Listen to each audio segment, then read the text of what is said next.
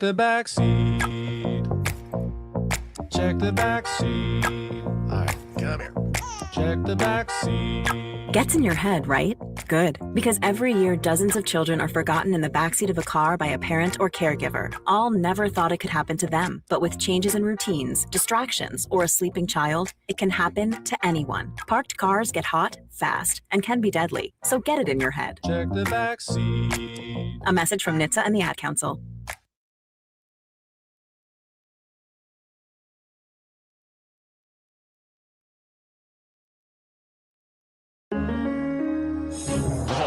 Crossover. Oh, killer crossover. Just a crossover. It just crossed him over. Absolutely. Another victim to the crossovers. Cross him up and sit him down. Time for the crossover powered by Everlevel Concrete Repair in Omaha at everlevelconcrete.com.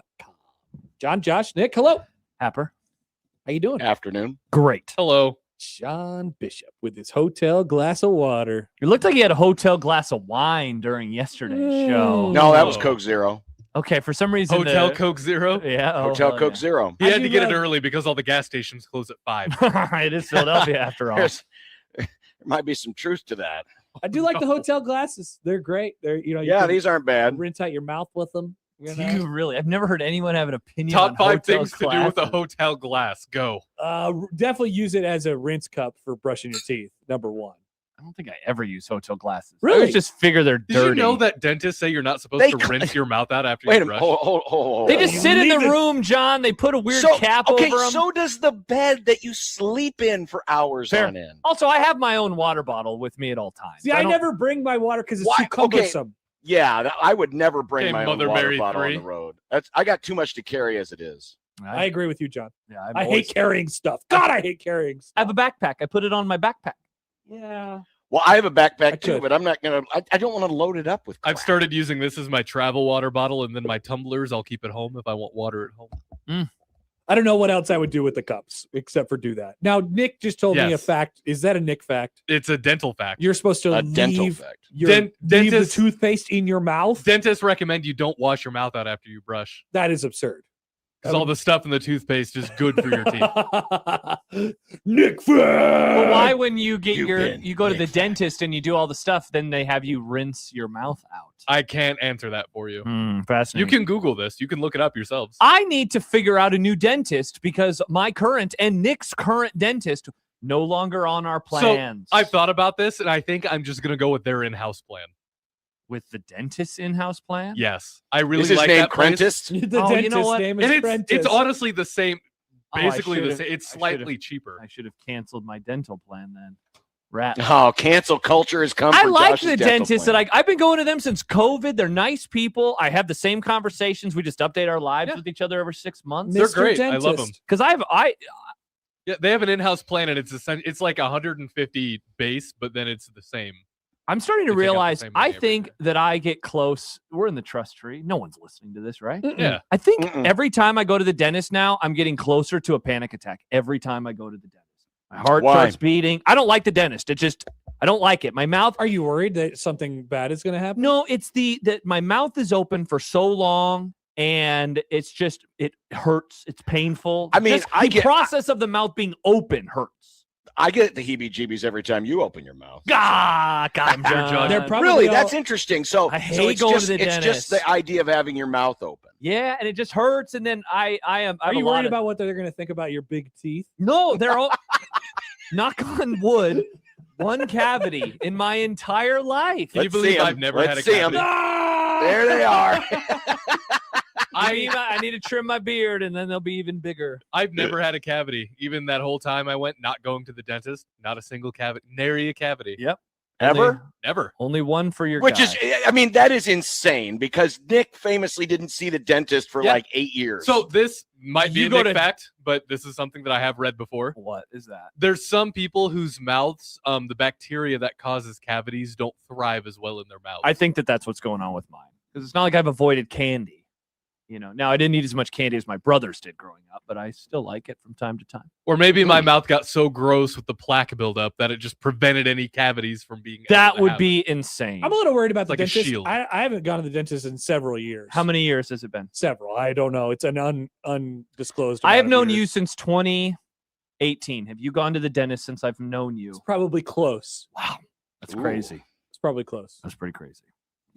So Yeah, that reminds me. I got to reschedule because there was an issue a year ago or so that dentist backed out, and then and I barely paid attention to the phone message, and I'm like, oh, I just assumed it was something to do with the insurance plan, so I just canceled the appointment and never went back, and they just sent me a reminder the other day, and then I had to ask the wife, hey, what was the deal with the dentist? And she said, no, it was just that a couple of them left.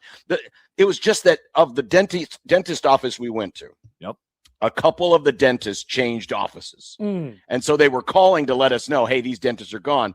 To which, if I would have thought about it in the moment, it's like, you never see the dentist anymore. that's right. It's always about the tech. Yeah. It's the tech. And then They come in at the very end, looks they come great. in and they go, Right. they like do the token thing where they grab the little touch. the proj and they go. But what did dentists oh, even you look do good. anymore? Okay, you actually looks great. They See you do in the, 6 they do the months. big dog stuff. They do. If you Root gotta canals. if you gotta have something big done, that's what the dentist. See, and I thought mine was dentist big, but no, they just went in there and You just had a bunch of crap on your teeth. That Yeah. was the advantage of being, growing up in a smaller town. The dentist did the work. I don't remember the dental techs. It was always, the doctor who was Back in there, your day, dentists actually Back in my did day, and something. we had this magic drawer with all the kids' gifts and stuff. Oh that you, yeah, for sure. I used got to the bad rings. I used to not mind going to the dentist because it got you out of school. You could take an hour or two off of school for a dentist appointment, right? You used to Oh yeah. get the note delivered. to Really, you class. got out for dentist appointments? so were Oh, you a yeah. braces kid? Yes. Yeah. So did you Yeah. have that thing where you changed the color on your braces and everybody came to you? Oh, what color did you get? Maybe that's possible. Braces have a color? Yeah, you get The the rubber bands. The rubber bands. I yeah. wasn't a Oh. braces kid, but there were Nobody kids. cared about the color of my rubber bands. I was Wow. in high school though, Nick. I don't think anybody cared by that. Yeah, no, this is a real elementary school thing. Yeah, I've Oh told yeah, you I had guys my this. dentist my braces in middle school. I Some got kids would get their rubber bands the same colors as the school colors, and everybody's like, "Oh, that's cool." That's Oh great. my Yeah. gosh, no wonder Iowa sucks. I think I've told you As a guys this. state. Small town. I got braces on the second day of high school, Brutal. not the first day of high school. Brutal. The second day of high school. Wow, so people were like, what happened to you Yeah. between yesterday They were and like, today? "You used to be a great-looking guy, and now you look like a big idiot." Nick, I figured in Iowa, braces were more you just got behind the cow and it kicked you in the teeth, straightened them out. Gosh, now I wish I had a Good one, Facebook so I John. could just scroll through old photos of Happer with his braces on Facebook. I wonder if they are on. I wonder if that happened. Any braces photos available? By the way, multiple comments wondering where are the brats? Oh, great question. Jan 6 Summerfest got canceled because Because of Kenny Postponed. Minchey. No, because of John. No. I thought it was postponed, not It's canceled. postponed. We don't know when it's going to be. We got to figure it out, but it's because John left us. Thanks, John, for gallivanting around Philly when you don't even need to. There's not even a game yet, John. He's What's not even tomorrow. gallivanting. Yeah, he's just sitting on his He's- ass. Yeah. Going to I've walked. Chili's for dinner. I've been for walks. Oh, John, what was Chili's? Or is that a spoiler for I was later? going to say that's what's for Okay. dinner. He went to Chili's. No, it yesterday. was actually a good decision because Rob and I were able to watch the Nebraska game. John went to Chili's. Yeah. Yeah. Did you get mozzarella sticks? No, I thought about it though. You know, John gave me Chili's mozzarella sticks are interesting because they're flat. John They are, gave and they're me- huge. They look great. So 2 years or last year, I guess it was 2 years ago now, 2024. I was in Chicago visiting my brother and sister-in-law. This was right after her father had passed, and her father loved Jersey Mike's. She was like, "Can we do Jersey Mike's today?" And I said, "That sounds great," because it was like the year And then we anniversary. made fun of you. Yeah. And John gave me loads of crap. And Uh-huh. again, went there for a Rightfully personal. so. And then John goes to Philly and goes to Chili's. And there ain't no personal There's no tie. sentimental value. There's no sentimental value. John's a, You didn't have any sentimentality for Jersey my Mike's. sister-in-law's father died, John. It had been Died? 1 year. Well, she could have gone. You didn't have to go. I was doing a radio show with your jackass of a self and Nick. I could have taken the day off, but instead I wanted to work. And you go to Chili's in Philadelphia. Well, it was right across the street.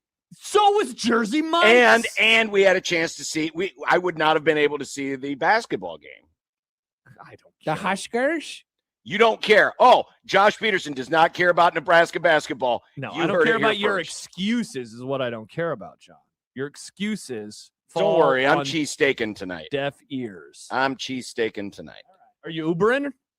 No, I'm not Ubering. I'm not going to Uber. It's if I So can how are you walk, getting it? John is not going to Uber. because I'm there's a- going to walk. Oh, there's a different one? Okay. Yeah, there's a place to walk to. Okay.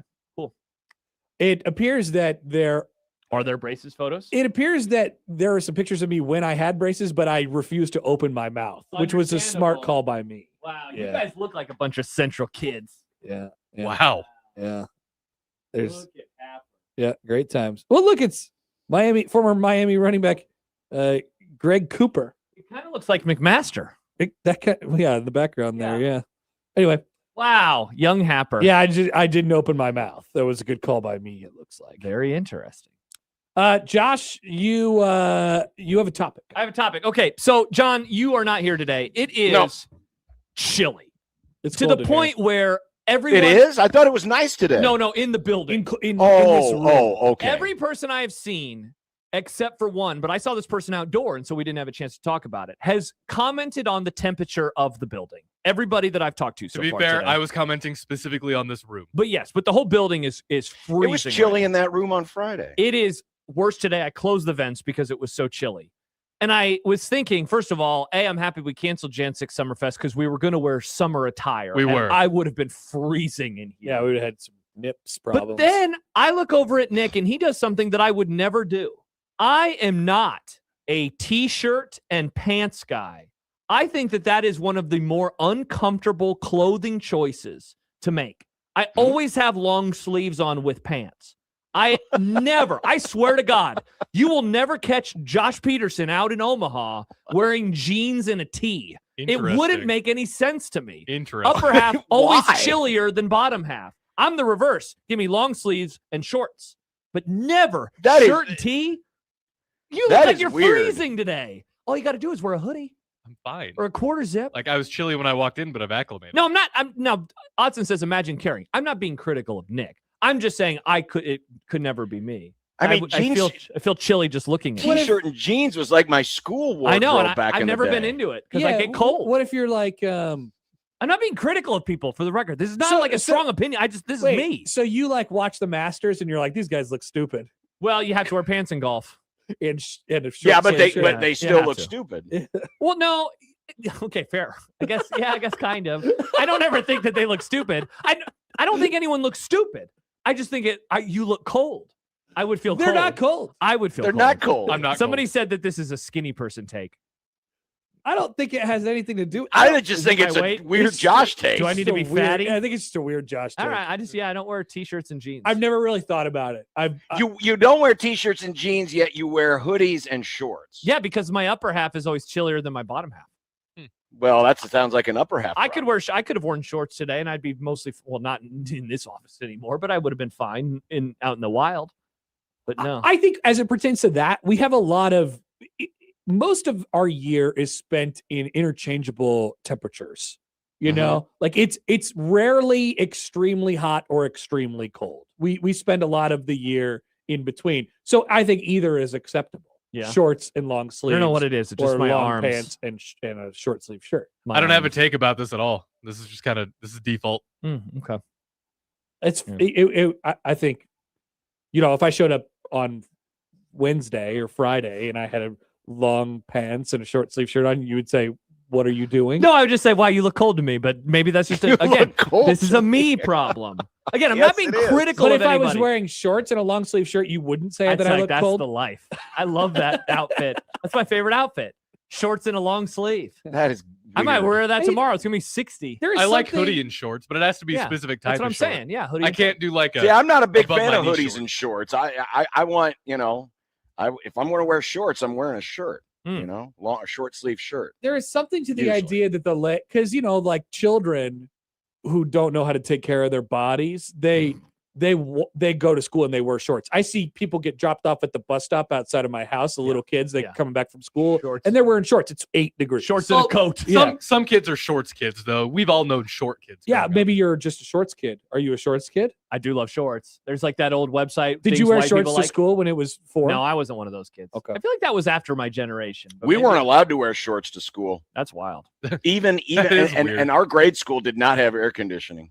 Oh my gosh. Why weren't you Yeah. allowed to wear? Did they think the Free. ankles would be too distracting for the boys? I have It no was idea. a different time. I have no idea, but we were not allowed to wear shorts. Hey, to look school. at our calves, boys. See, now Stib says Josh's brain is truly fascinating sometimes. Is this my brain is fascinating? Or am I just acknowledging that I get chillier than other people? No, I think it's your brain. Oh, I don't think feel it's a like- brain thing too. Okay, yeah. I don't feel like this is like an opinion that I have. It's just a thing that I do. Well, yeah, it is. I guess it's an opinion. It seems like kind But of. I'm an not being opinion. critical of Nick. I'm no, not saying I'm if not you wear saying you're being shorts and critical, but it is a you thing. It's a okay. it's definitely generating up there with all the other stuff. All the other great takes that I have. Up I there. wouldn't consider I wouldn't look at Nick today and say anything is wrong with him, Yeah. except for the normal stuff. Yeah. Oh yeah. Thank you. A lot Yeah. of those things. I mean, he is Lot of kind those of a bit of a contradiction. I mean, he's got the short sleeve shirt, he's got the long pants, and he's wearing a toque inside. Yeah, that's a fashion. There is a choice, though, contradiction right? there. Yeah, I mean, I'm not wearing the beanie because my earsies are cold. I'm Yeah. wearing the beanie because it's just the hat that I wear in the winter. In the winter, I transition from baseball hat to beanie. I think it's a fashion. You're making a conscious fashion choice. I mean, Yeah, I'm just You're doing doing this the instead of a beatnik hat. thing. I'm Yeah. just doing this instead of a It's hat. like when Dylan Raiola said these aren't they're glasses for fashion. I mean, this is the added bit. This has the And added we benefit. let that guy leave. Hey, don't worry, John. They're only like a couple more swings and misses away from inviting him back. We'll give you $4 million, whatever you want. Dear God. Dom, come yell at us some more, please. The beanie does have the added benefit of when I walk outside, my ears are warm. So I See, mean, it's nice, but it's fine now. Occasionally, I've tried to do the beanie when I'm doing shows, but I don't like how the headphones sound. Yeah, They're it too doesn't far work. away from Yeah. my ears. It doesn't So bother I feel me. like I got to jack it up a little bit more, which they're already too loud. Anyway. It's pretty loud, yeah. Yeah, as we I, all. mean, I roll might here. jack it a little bit, but Well, you're about to be married, so it makes sense. Hello. Nice. Sad Husker fan. People who wear shorts in the dead of winter look dumb. They Those are do. the children. They do. yeah, the shorts kids. Everybody knew a shorts kid. I want to go out and I want to give the kid a pants. I want to. Just give them a Give the pant. kid a I don't pants. think you should do that. You might get arrested. Yeah. You should make that. Just take these. Wear them. Make it a graphic. I want to give the kids a pant. Oh, that's a good idea. Good call, Nick. I just. How You can drive. You know what? You can drive around town in a white unmarked van and just hand out pants to time kids. to bring it back. I'm It's not just- being weird. They're walking by my house. It's Happer's paternal instincts. It's my He would want house. his daughter to Bring wear your pants. daughter out when you do it Yes. to show that you're a father. My daughter will never be a shorts kid. as the father of I a won't daughter. allow it. Well, but that's are girls shorts kids? I think Probably shorts kids not. are mostly Such a- boys. Sure. I was gonna Girls say can be it's- shorts kids. It's I think- such a boy. If Yeah, I had boys are a shorts kids son, there would usually. never be a shorts kid. Yeah. What about the other end of the spectrum where they wear hoodies when it's 100 degrees outside? I don't want Also them to do a- that a either. type- Oh, of that child. Christian does that a lot, and See? it God, is it's so funny. insane to me. My kid will be appropriately dressed for the temperature. You Yeah? could bet on that. Wow. That's going to be quite the child. It's called parenting. What happens Josh. when they get old and they want to dress themselves? Like, you've been telling me what to wear for 12 years. It's my turn. You think after they've already been dressing that way for 12 years, they will revert back to ridiculousness? My parents forced me to get a buzz cut until I was 12, and I put my foot down. Said, Oh my no, I gosh. want long hair. Is that why you are the way you are? Probably. Wow. Angsty Nick. I want to grow my hair out. No, you're going to get a buzz cut No, because it's free. I'm going to trust that my child will have the wherewithal to not be a shorts kid. Well, or Growing your hair out's free too. That's true. Yeah, but Nick's parents probably thought he looked like a hippie. My dad did call me hippie constantly. Yeah, your dad and John are the same person. They are. Yeah. My dad and his friend both called me the hippie. Yeah. See, John's giggling like a little schoolgirl Uh-huh. over here. We John need and to my dad would get along. wedding. Yeah. We need to get them together at Nick's wedding and be like, it's Have I time met to your be father? friends. Once. College World Series. You guys Yes, are gonna up in the booth. Yes, I did. fast pals. You guys are going to be fast. I They look could forward talk to about how this. NASCAR was better back in the old days. They will do that. Oh, will. man. Bobby We're going to Labonte. fight over the honor of. Should anyone oppose the union of these two people, please stand up. John. So And I'll take one side of the aisle, and your father will take the other side of the aisle, and we'll shout, Less filling tastes great. Oh, great reference, John. Another reference from back in the day. I don't know that reference. Also, Kenneth says Nick's dad, the guy who invented the He internet. did invent the internet. Everybody's misconstruing everything. I can't wait to meet this man. I can't wait to ask him, hey, what was it like? I found out from my 8th grade algebra teacher about the Space Shuttle Challenger. How was it like looking it up on the internet? Yeah, I can't wait to ask him about that. He had an early version of it. I've gone over this. I've talked. It was an early You did, version and of Nick it. proved it right. Nick He was did, correct he on did. this. Yeah, for He sure. did. It was tiny baby proto internet. Mm. So It took funny. like 7 weeks to download the video to actually see what happened. But Jeez. eventually Charles got writes, there. quoting Nick, I believe, "Mom, have you been using my eyeliner?" I was never an eyeliner emo Really? because Kind of surprised. in small town Iowa, if you wore eyeliner, you would get your ass I was gonna say you might have gotten murdered. I was. The I, plot you of a get your movie. ass kicked. I always something called like that. myself as. I described myself as small town emo. What does that mean? I couldn't fully commit to it because I would 'Cause you get my weren't ass allowed? kicked. Because your parents are Well, I buzzing mean, your we head. didn't have any hot See? topics around. Bullying works. We had This ex- Walmart and the Buckle and JCPenney. That's where you could get your clothes from. So that's where my options were. Mm. This explains why Derek Carr was never allowed to play in Iowa. Yeah, for sure. They would have kicked his ass for it.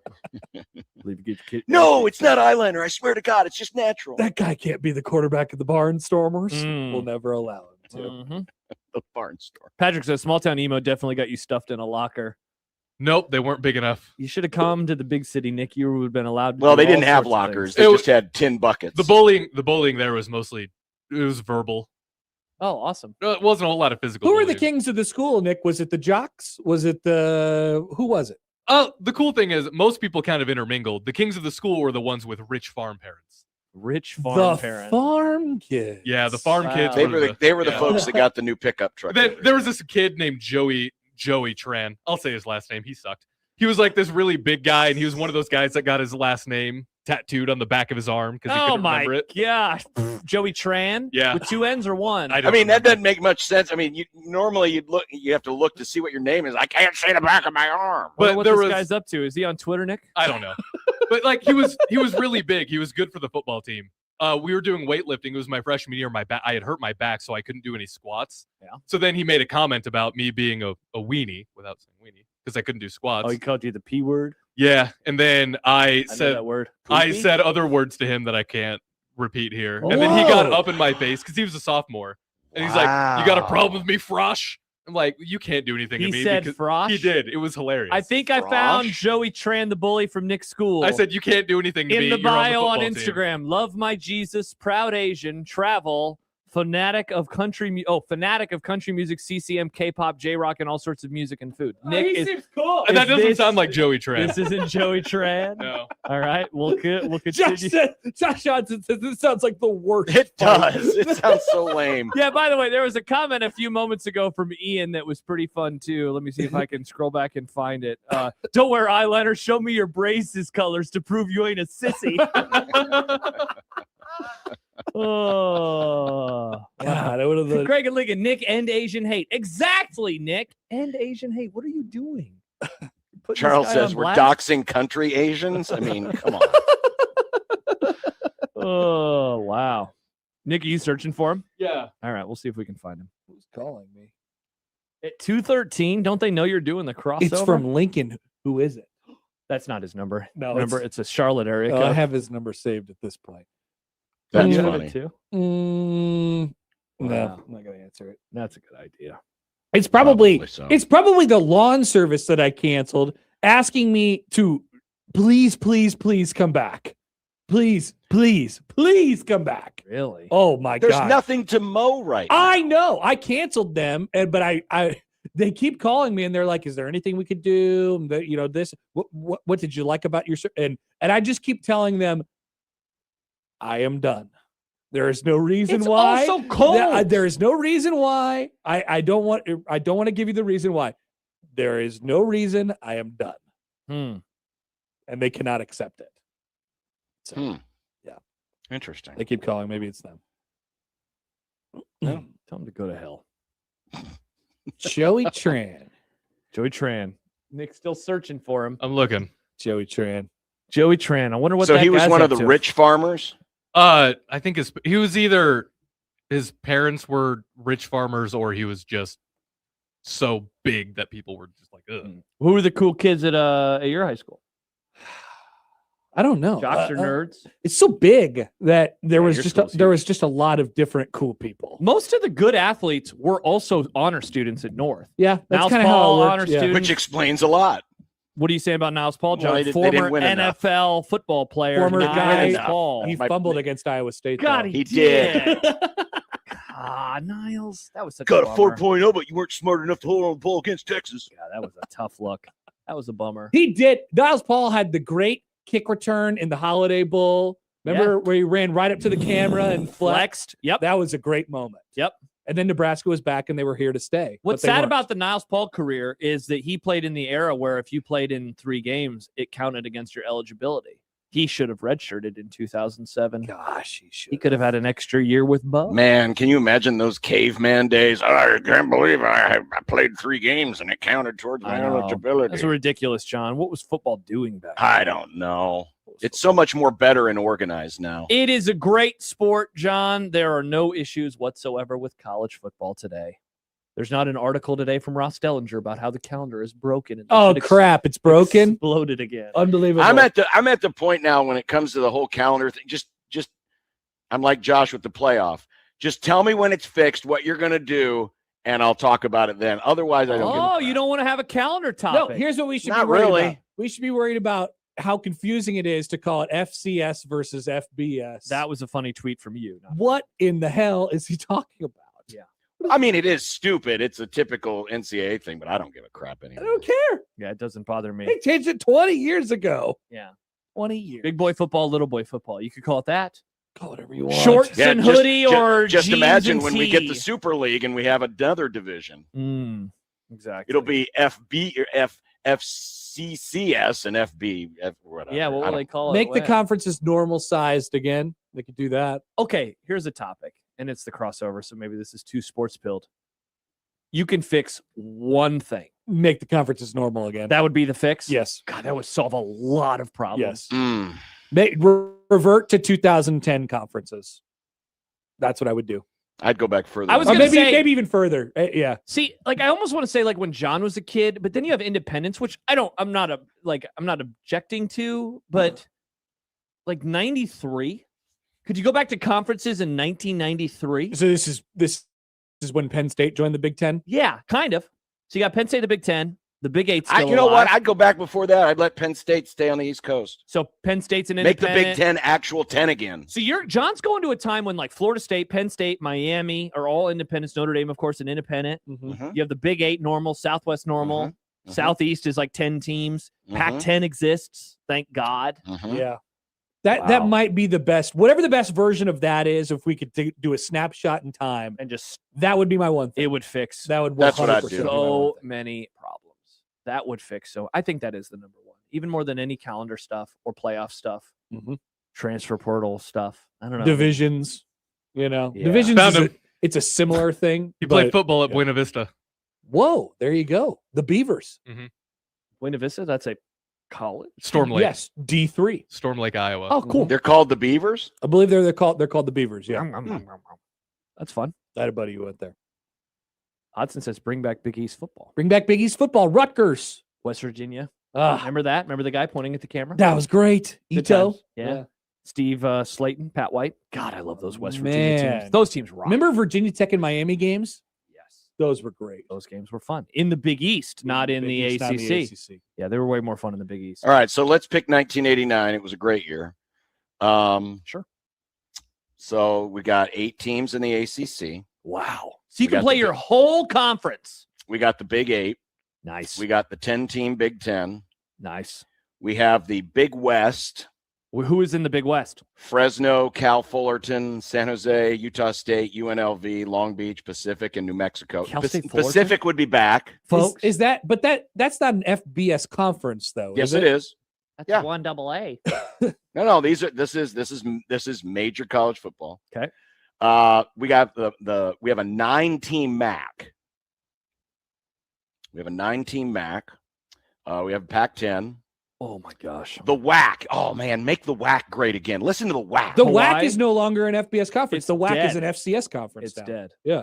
You got Hawaii in there? BYU, Air Force, Wyoming, Hawaii, San Diego State, Colorado State, Utah, UTEP, New Mexico. Wow, BYU's going to run that league. Holy crap. With their NIL I forgot that the Southwest Conference had 9 teams in it. Who all was in the Southwest?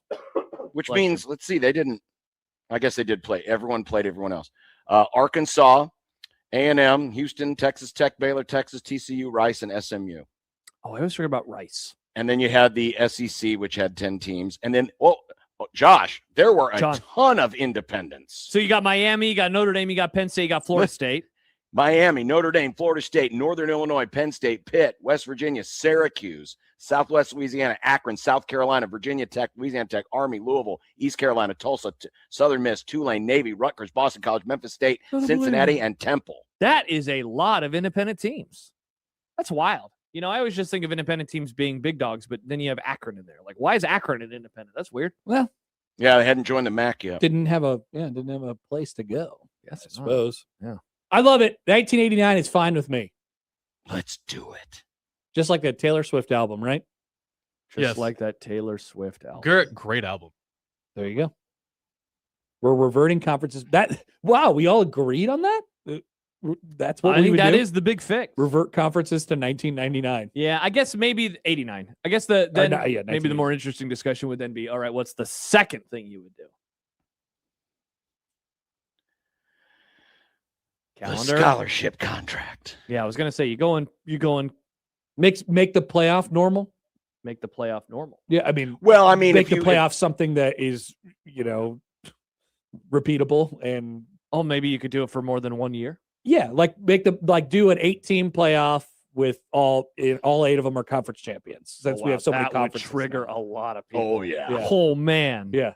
What? We don't get 7 teams in the playoffs. And you're not allowed to move conferences that's a great idea. to scoot around the fact that you can't get into the playoff. That is an excellent idea. Not winning the conference. That is an excellent idea. Something like that. Mm-hmm.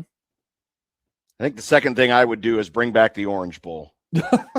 Yes, the stadium, John. The real Orange Bowl. We're getting rid of the stupid Marlins stadium. We're sending the Marlins to who gives a crap. And we're rebuilding the Orange Bowl. And John hates the Marlins. And I do hate the Marlins. We're getting rid of the dumb sculpture, and we're going to play on green painted sand. By the way, Nick has sent John and I a DM of his arch nemesis. This guy looks like someone who would want to murder Nick. This guy. Look at those eyes. There's a lot of pain behind those eyes. Whoa. Yeah. That guy definitely bullied Nick. Oh, wait a minute. That guy bullied a lot of people. Probably because he himself was bullied. We were under the Nick, we were under the misconception, or some people were under the misconception that Joey, you said Tron, right? Tran. Or Tran. Yeah, I was spelling his name agent. wrong. He. Well, that was just I just searched Joey Tran, and the first person that showed up, I just went into their Instagram. But his last name was Traen.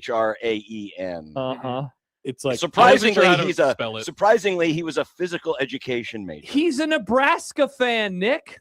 GBR? He is? Wow, I found his Instagram. Look, he's at the game. GBR. Man, is he going to be triggered when he finds out Nick only goes to games where he sits in the bougie seats. Oh, that's awesome. Meanwhile, 290-pound Joe Tran is sitting in the cheap seats, having to squeeze into the wood planks. Oh man, I don't see the problem with this guy. He just likes ball. I'm sure he loves his family, faith in football. I'm sure as an adult he's great, but in high school he sucked. Nick, you guys used to have the same beards. He was a first-team All-Southwest Iowa. John, he was great at football. I'm talking about as a person. I didn't like him as a person in high school. He also lettered in track, baseball, and basketball. Yeah, he was athletic. This is a unit.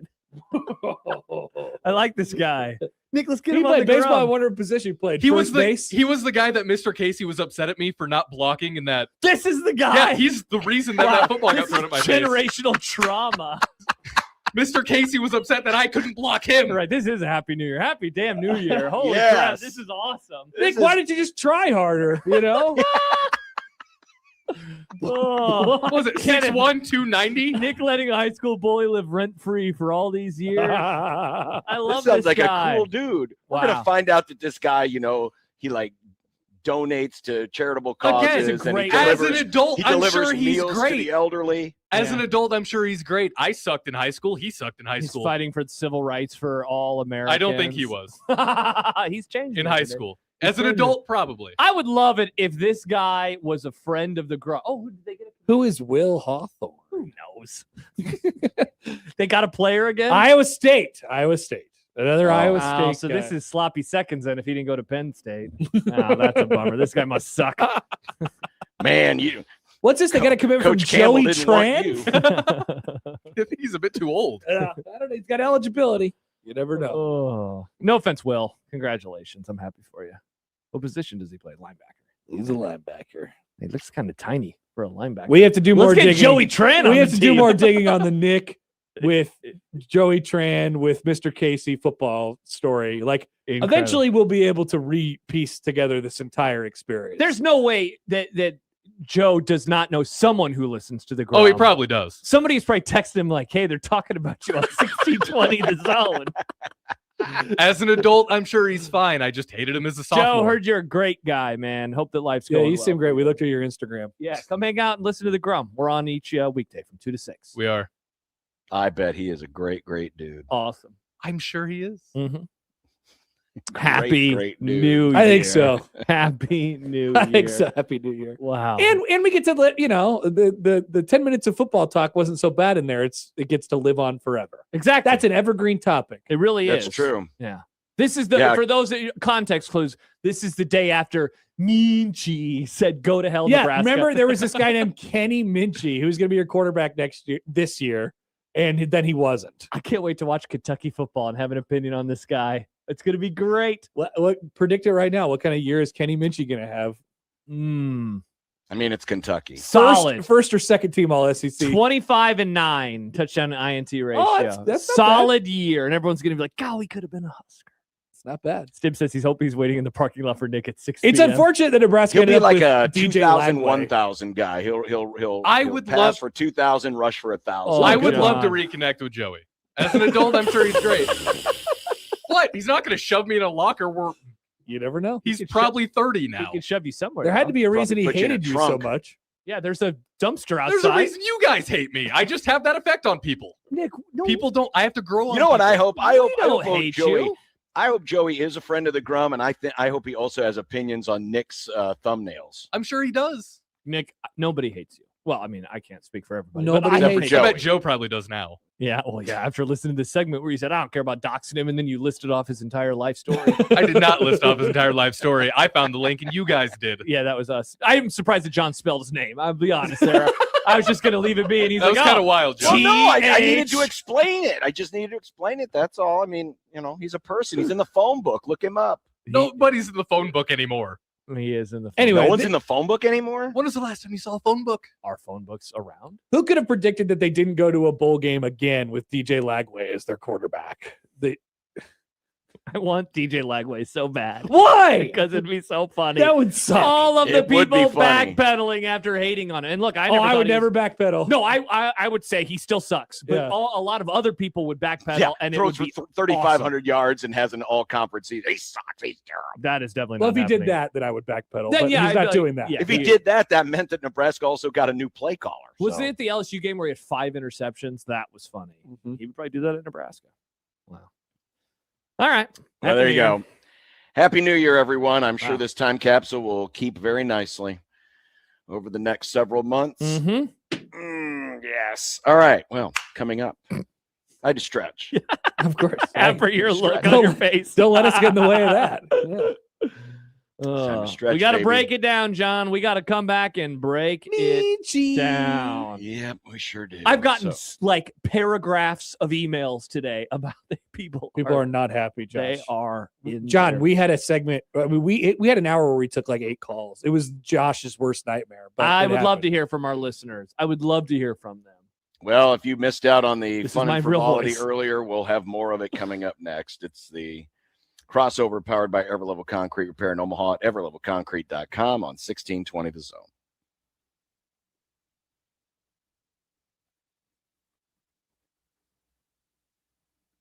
Well, one thing we will not have a shortage of today is sunshine. Temperatures will be warm in the lower 50s with a whole lot of sun. We will have a little breeze early today, but into the afternoon and evening, that should go away. Overnight tonight, we'll have clear skies with temperatures around the freezing mark. Into the afternoon on your Wednesday, warmer temperatures. We're talking near 60. I'm meteorologist Luke Vickery, KETV Newswatch 7.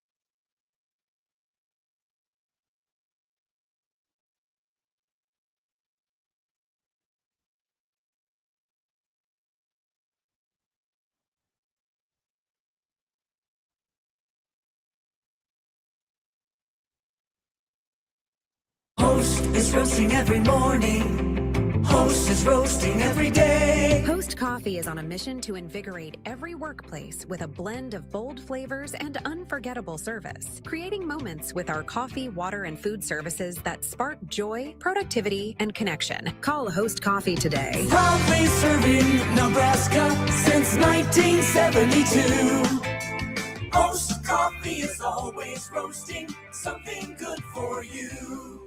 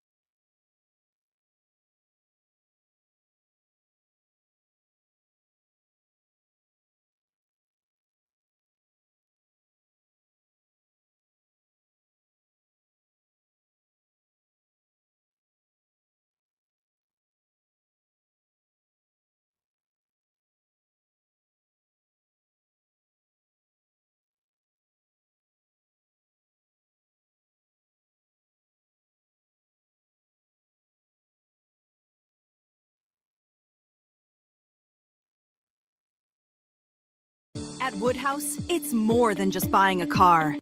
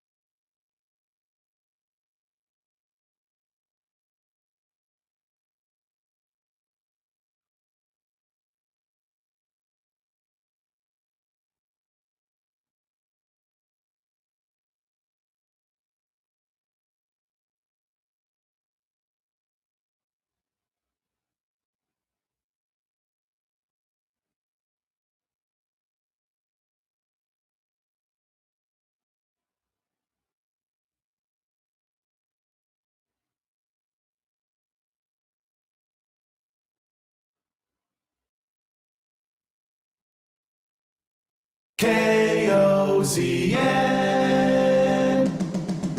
Unsportsmanlike conduct on 1620 The Zone. Husker Athletics, Creighton, and yes, UNO. Don't miss a moment, they'll give you your fix. They're on every day from 2 until 6. Spend your afternoons with John, Josh, and Nick.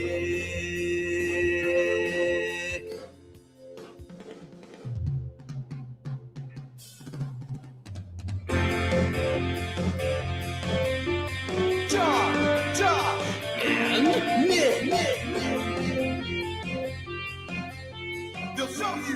sports talk really is. Well, I suppose we could spend the day doxing bullies and other people.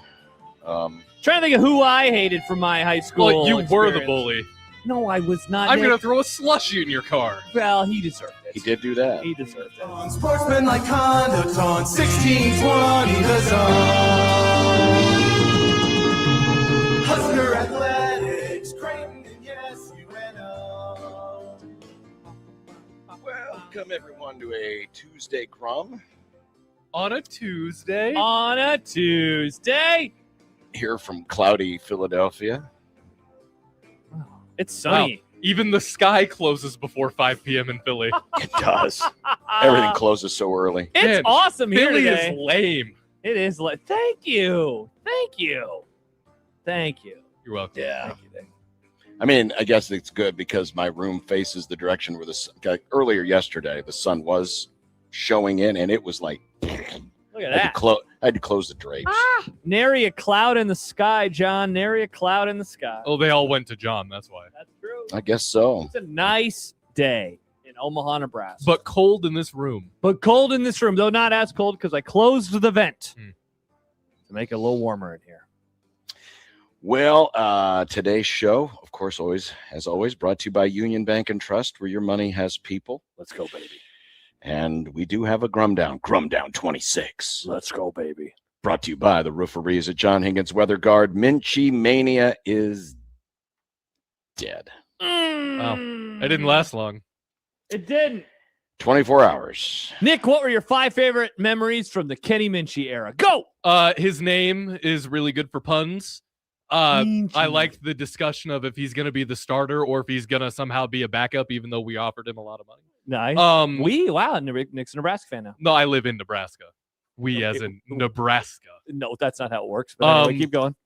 I liked that we got a whole segment out of that because of him, because of the whole accountability thing that's already got like 500 views on YouTube. So Nice. Thank you very much, everybody, for watching our YouTube channel. Yeah, really by cool. the way, I'm starting to get apparently one of Connor's segments got taken down today, and I'm now getting the emails from YouTube saying it's got copyright material in it. Yeah, and, it's not that it got taken down. It's just telling you that it can't get monetized.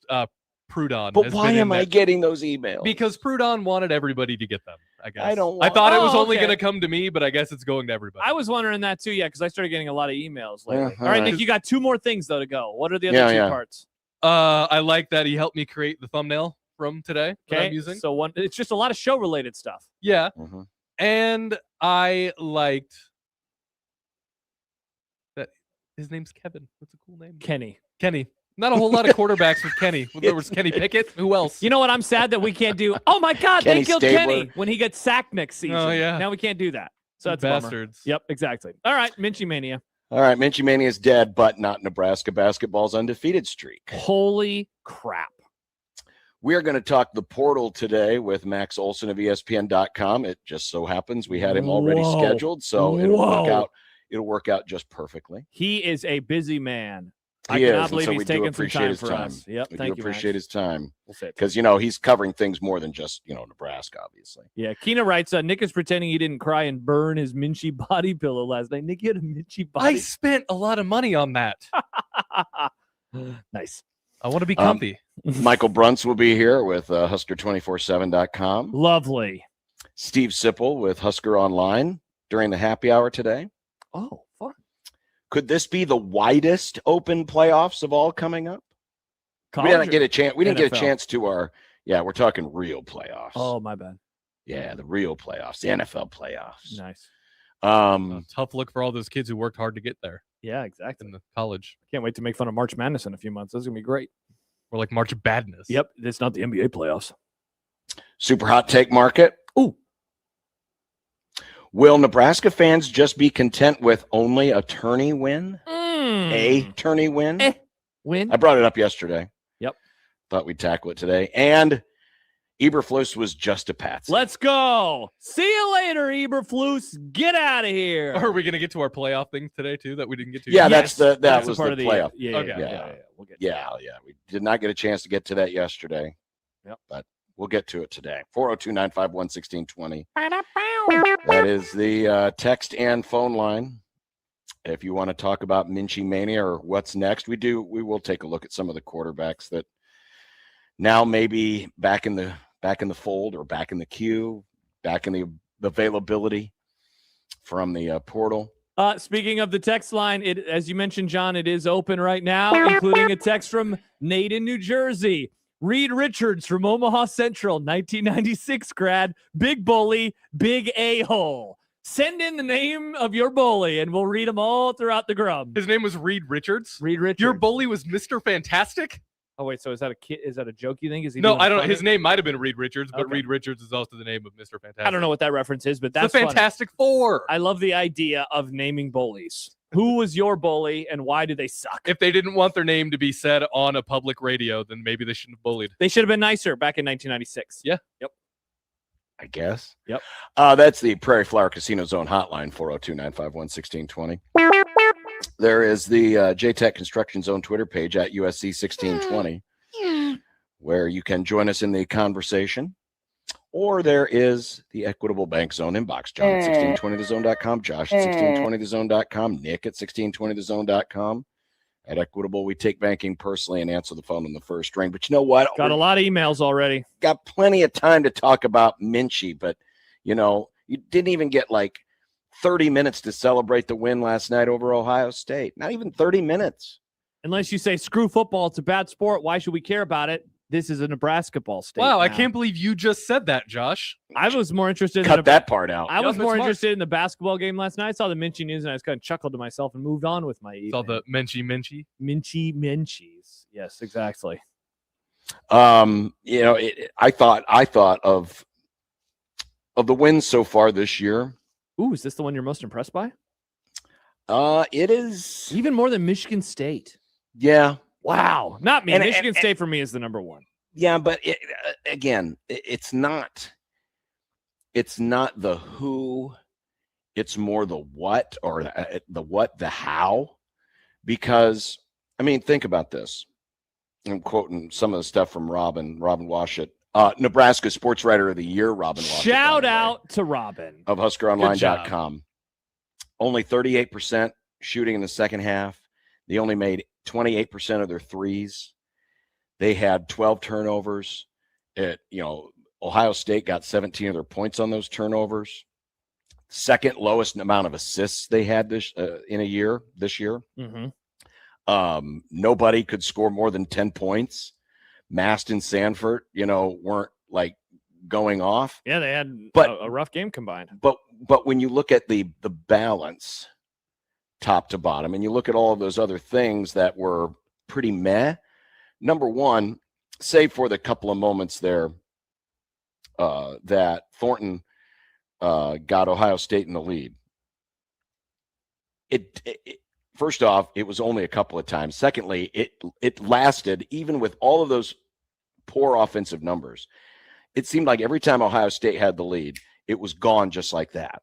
I don't think there was ever, at least I don't remember. I could be wrong. I don't remember an opportunity. I don't remember too many times where when Ohio State had the lead, they had a chance to make it multiple possessions. They were up by 3 points. That was their biggest lead, and Nebraska answered that. I think they were up by 3 twice, and Nebraska answered it both times. And they answered it both times. Yeah. And they answered it, in a very workmanlike way. They got to the foul line.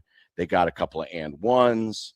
I thought Frager's and one there late, which made it an 8-point lead and pretty much, was the final blow to Ohio State. I thought was absolutely huge. You're going to a freshman in that spot, and he's basically posting up from mid post and does a nice little creative drop step and gets the layup, gets the finish, gets the free throw. And they played great defense, the whole way through. So I think, and made their free throws. And they you know scored, what? They went 14 of 17 at the foul line. It was the how that they did it, not necessarily the who, and the then fact it came that it was on the off road. of, and to give your point a little more credence too, 3 days after the Michigan State win, Exactly. of any time where you would expect them to maybe got top 10 team, maybe really excited, and not that long after a really hard fought home win. And then they are able to get it done. And They had the lead pretty much the entire game until late, and then they answered it. And Frager made some ridiculous plays. John, it is so funny watching how his teammates respond to him in a good way. This isn't like making fun of anybody, but he is, of course, someone who wears his emotions on his sleeves, and I think it's going to cost Nebraska at some point this year. And every time he did something late, like guys are grabbing him and trying to like pull, hey, let's go away from the opposition. Let's all hang out together instead of being in front of the Ohio State players. And he made some absolutely massive shots at the end of the game. He had that brutal turnover with a few minutes left on a pretty lazy pass to Rink Mast. And I thought the next possession was really interesting because it seemed like he wanted the ball because he wanted to make up for the mistake that he just made. And he was able to do that. He had some and ones late in the game. I think he lives for those types of moments, which is, something that you can't always say about a basketball player. And he really seemed to embrace it lately. Yeah, I'm just looking at the BART numbers, by the way, right now. And they do a game score, which is all based on, game flow and, how they did in certain metrics. It was the exact same game score as they got against Michigan State. It's not their best of the year, but it's still, it's very, very good. I just think, all of those factors together, that last night was probably more impressive because that's what you have to do.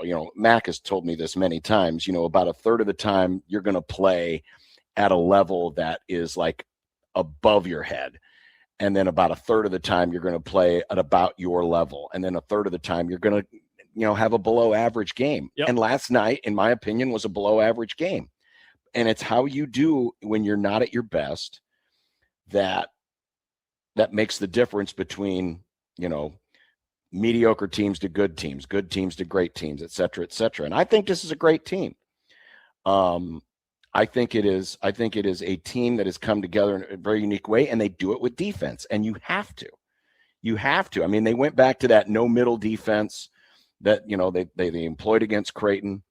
It seemed to work very well. Again, Ohio State was only able to make runs if Nebraska was turning the ball over. And that's something they didn't do, by the way, against Creighton. And they were hoping that, maybe they could get a few of those and get some transition buckets, but Nebraska wouldn't allow that. But in this game, that was about the only time that Ohio State really, really made runs. And so when you're able to win despite not being at your best, but you are what you are on defense is one of those things that travel very well.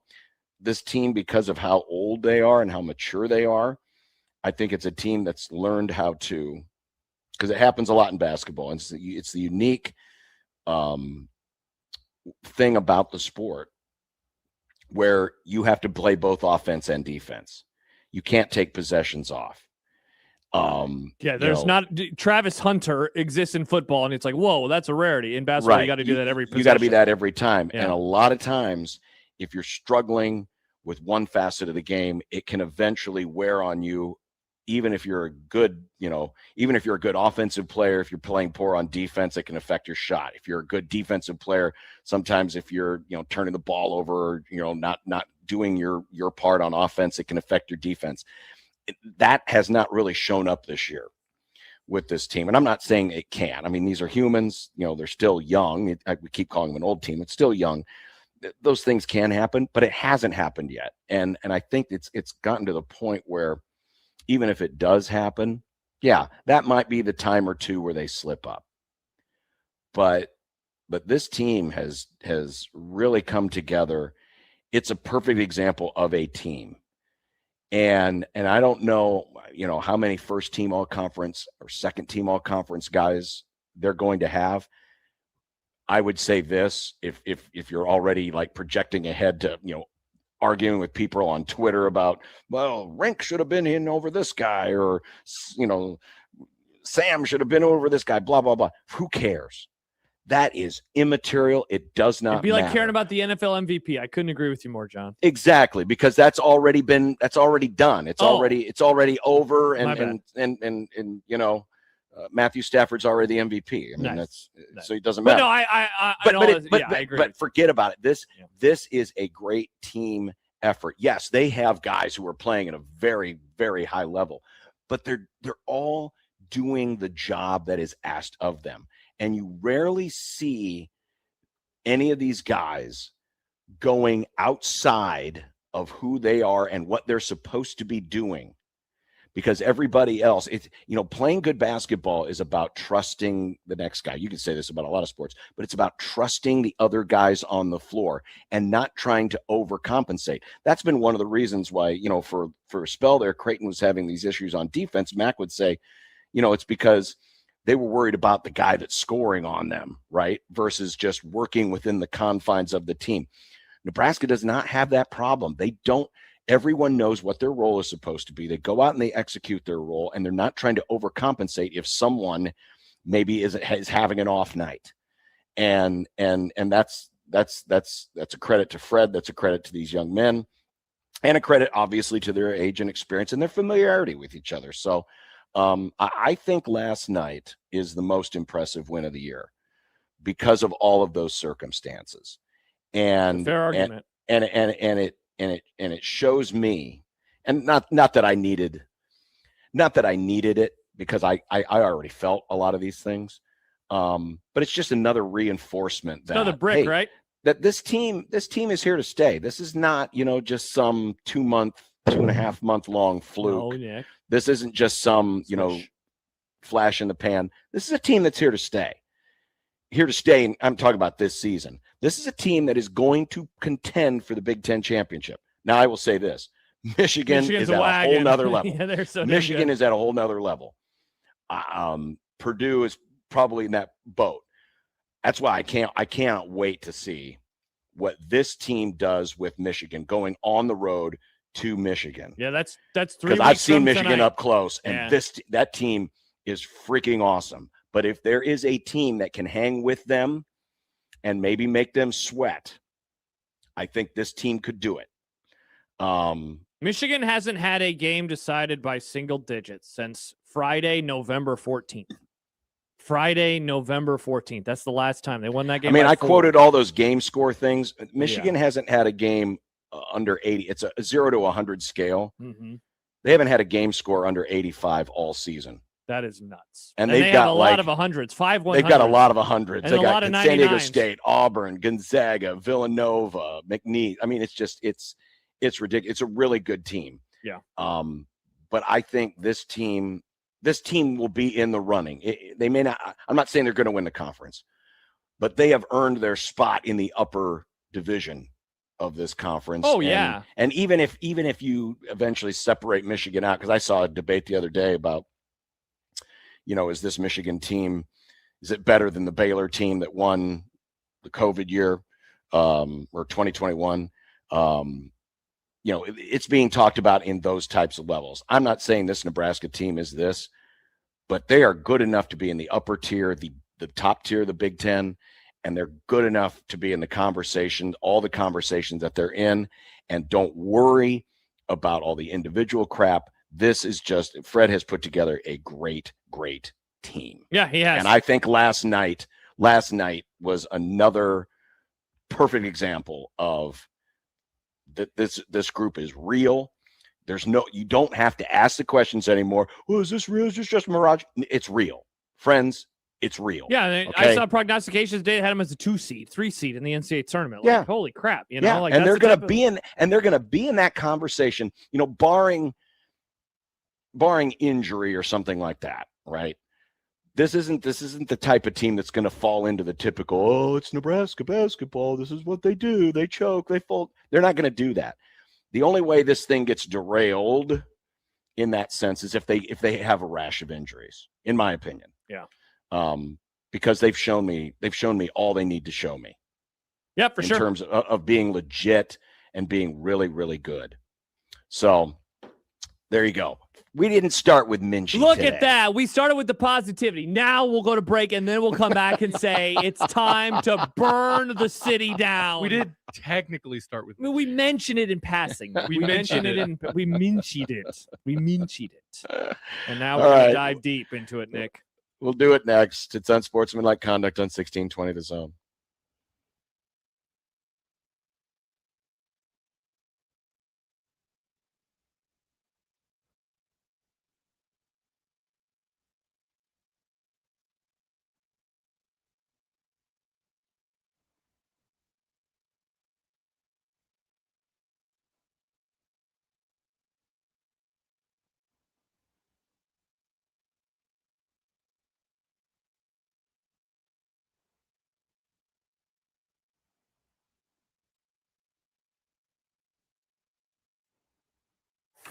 With UBT, you've got total control over your money.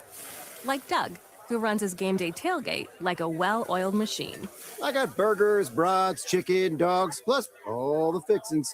And with the UBT Go app, I can track my food spending from anywhere. Pro move. They don't call me Grill Sergeant for nothing. No matter your goals, UBT helps you feel good about reaching them. Union Bank and Trust, member FDIC.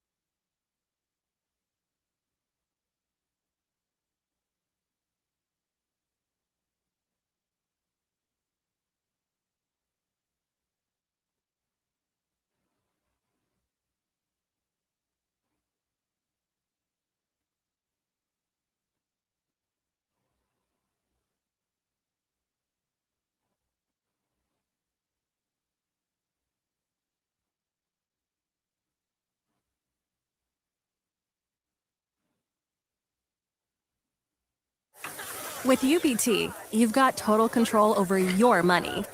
Like Doug, who runs his game day tailgate like a well-oiled machine. I got burgers, brats, chicken, dogs, plus all the fixins. And with the UBT Go app, I can track my food spending from anywhere. Pro move. They don't call me Grill Sergeant for nothing. No matter your goals, UBT helps you feel good about reaching them. Union Bank and Trust, member FDIC.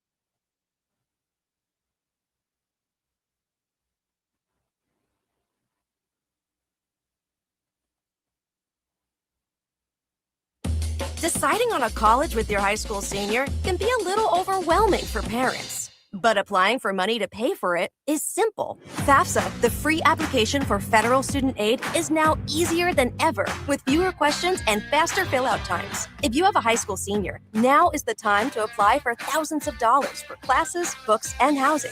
Get started, Nebraska, at dothefafsa.org. Sponsored by Education Quest Foundation. Aired with the Nebraska Broadcasters Association and this station.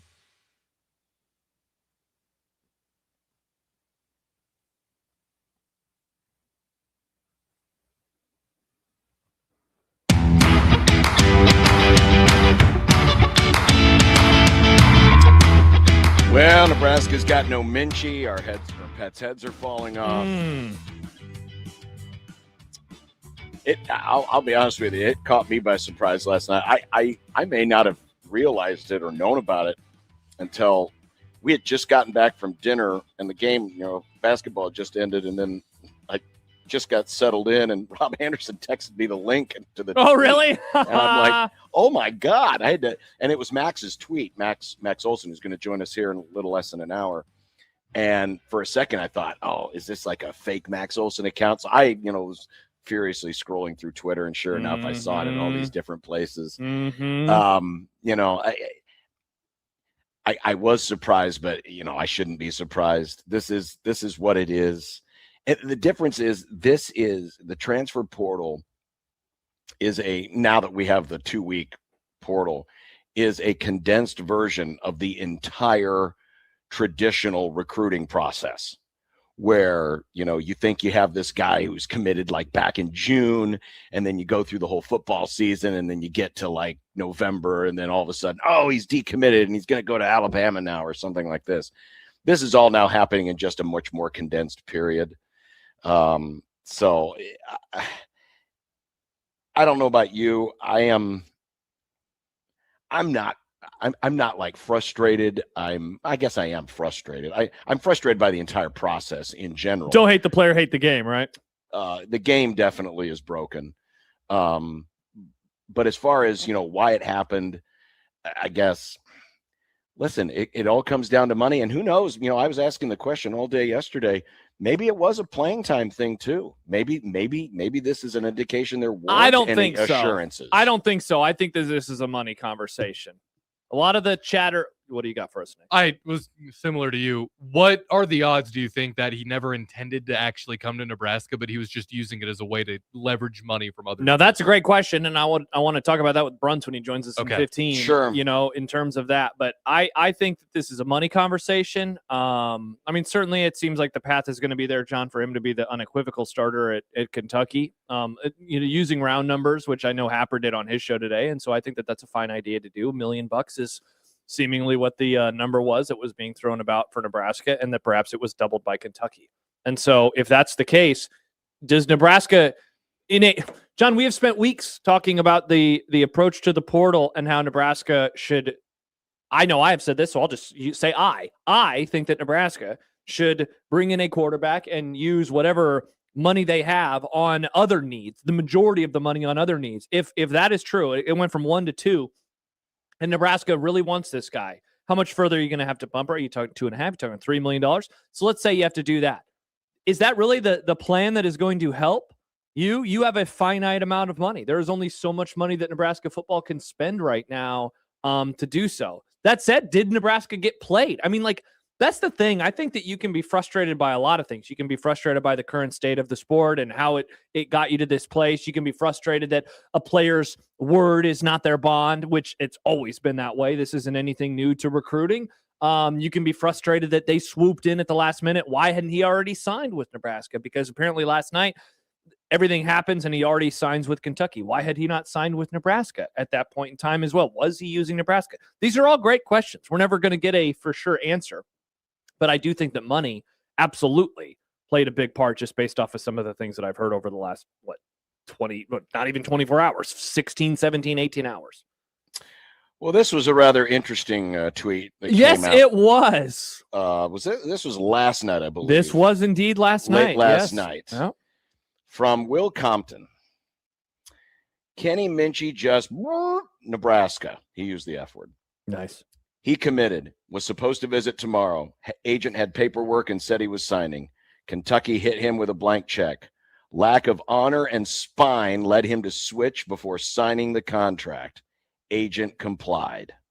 Now, interesting, John. Why would you share the words of Will Compton? Is it because of what it says at the top of the graphic, words from angry ex-Husker, or message from the coach? As someone who had a very interesting moment in time in late October on a Wednesday night and finished a phone call, and then within 5 minutes, there was a tweet from Will Compton. Certainly, I have my guess on what's happening. And dare I say, John, this might be the first true in-the-moment reaction, or as close to an in-the-moment reaction from a sitting head coach as we have ever seen. I'm serious. Now, Twitter has not existed until 15, 16, 17 years ago. Coaches are not allowed to comment on these types of things.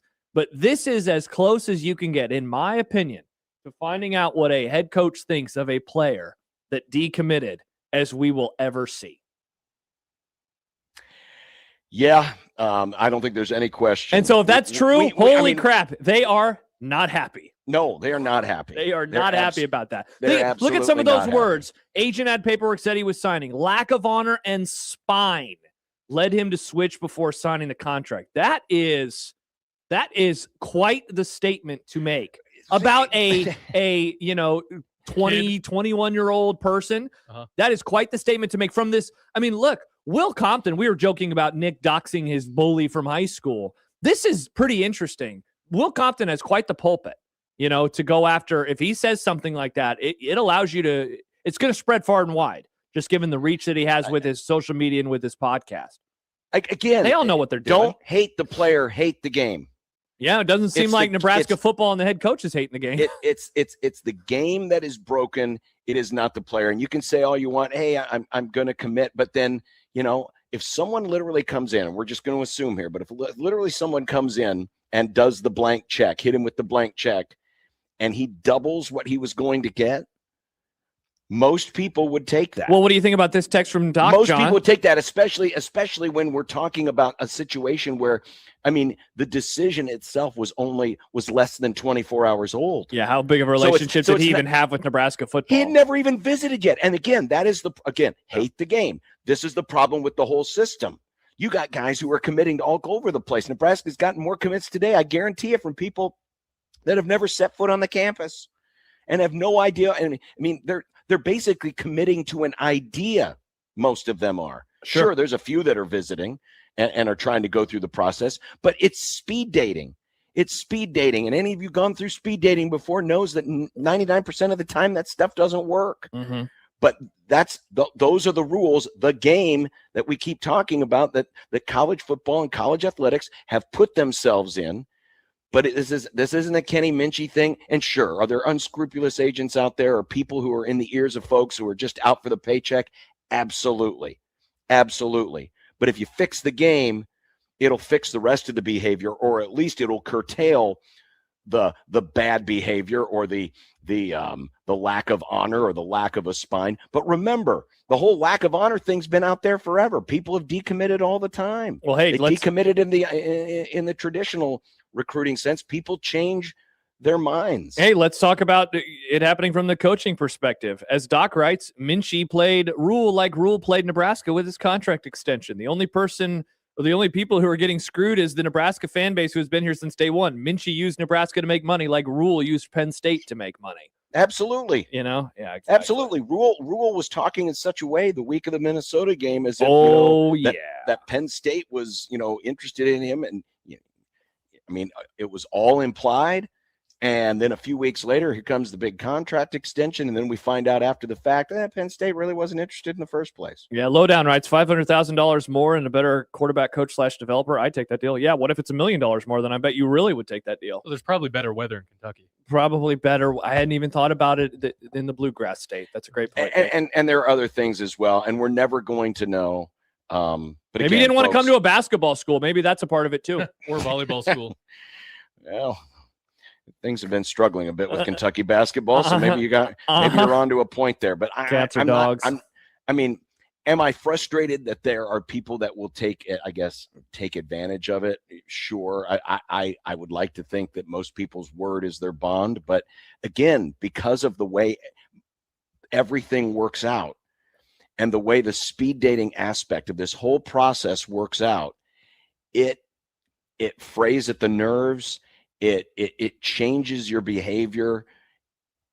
It is what it is. The kid, I'm sure the kid's a fine young man. There's a lot of young men out there and young women, in this process that are having to make all of these decisions in rapid fire succession, and it's not doing anybody any good. It's not doing anybody any good. But I'm not going to chastise this young man for taking a better deal when a better deal was offered. That's especially if you haven't gotten it locked up. If you haven't gotten it signed, John emails in or texts in rather. Minchey isn't the story here. The story is Rule getting burned, trying to score a bargain. Why are we looking for a bargain? Now, so here's where I'll push back. I'm okay with that. Really, that has been my entire thought process beyond or behind Nebraska's quarterback recruiting throughout the last month, John, is that I wanted them to go after a lower paid or a lesser paid quarterback because I want them to use the money elsewhere. I would love them to be able to do something akin a poorer man's version of what Texas Tech has done. Yeah, in the end, did it cause problems that Texas Tech didn't have a great offense? Sure, but I think everybody would trade their season for what Nebraska just had. So I've been wanting them to do something like this where they don't spend as much on the quarterback and they spend a lot of the money on the lines. That's what I've been wanting this entire time. That said, I mean, now they're going to – here's the thing. So they didn't get their first choice. So let's see what they end up doing. And I know that we'll talk about some of the options on today's show. Which of those guys are they going to be able to land? Are they going to have to now overpay for them because they are suddenly, back in line? Probably, which is going to be a frustrating part in this process. In that I think they thought they had their dude. Then it was going to be about getting another quarterback, and you could start focusing on all the other stuff. No, you can't. You can't do that. And they've since gotten a couple of commitments, but yeah, still pretty brutal. Nick, bring up the video here because, this obviously is something that is ringing in the ears of a lot of people today. In the previous couple of years, I had to make a lot of hard decisions because we didn't have the money everyone else had. We had good money. I mean, but now with rev share and all the different things, like, before you had to make a decision, like, okay, we lost some really good defensive linemen in the portal last year, but we went out and got one area. We went out and got some of these. So you're able to replace that. And I think we did well in the portal last year. I think we won the portal last year. We can now go get anybody we want. At the same time, we also have the ability to keep our guys now, right? I want to put the best players in the country in this room, and not having to worry about, hey, can I afford to do it now? Some people might still have more than us, but we got a lot. So, but I'm no longer worried about, we got what we need to go get the best players in the country. And so then my question is this. What if happened? This was your guy, Did if they this win was the the portal? guy, if this was the guy that you really wanted, does Nebraska not have the money, or did they go back on this word that all of a sudden, hey, we've got all this money? If this was your guy, and that's what we were told, this was your guy, why not fight for him? Why not say, oh, well, we'll come back? Now, listen, I will hear the argument. Well, we had this much budgeted for a quarterback. This exceeded our budget. That's fine because you still got to spend money on other players. You do have a lot of holes to fill. But when you say things like, hey, we got the money to go get whoever we want, and then this is the guy that was apparently the one you wanted and you didn't get him because someone else came in with a bigger check. Yeah. There'll be some explaining to do, which is another fallacy or another problem with this system is it's all a bunch of hearsay and people won't necessarily, or it's probably not good for their competitive situation to talk openly about it. Yeah. So it's all got to be back channeled and, then it comes out through hearsay and, my sources said this and my sources said that. And at the end of the day, we really don't know the truth. Yeah. We really don't know the truth. I'm more on the side of them being smart financially and not breaking the bank for a player that they don't think is worth it because they have other needs to fill. If they literally, let's say they had one need, John, and then they didn't go get that one need because they didn't want to, maybe overspend a little bit, I would say that that's being ridiculous. But they have so many needs. And are we sure that the guy who has never started a game is going to be able to fill all those? I'm as frustrated as anybody right now, but I also don't think that this has to be the worst thing in the world. No, I don't think it's the worst thing in the world. I mean, again, if anything, they have egg on their face.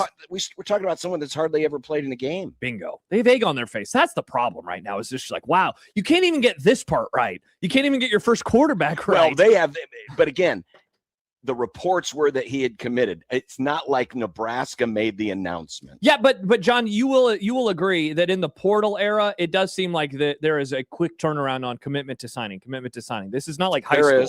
And so, like, why were they unable to get that done? Why were they? Well, maybe that was the idea. Was they got the commitment? Minchey was supposed to visit either today or tomorrow, and that's when he was going to sign. Yeah, right. Yeah, that's the problem.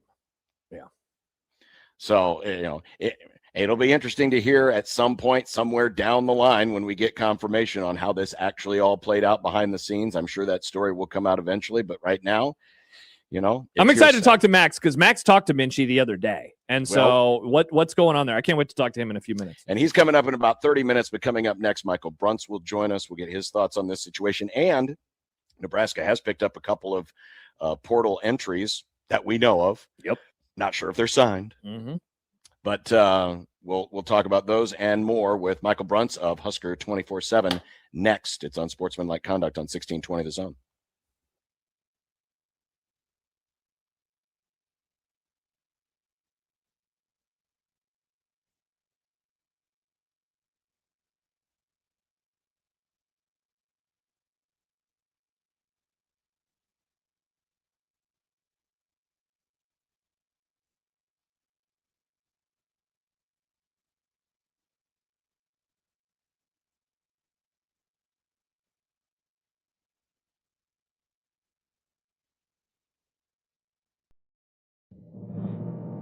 Your Omaha area forecast from KETV Newswatch 7.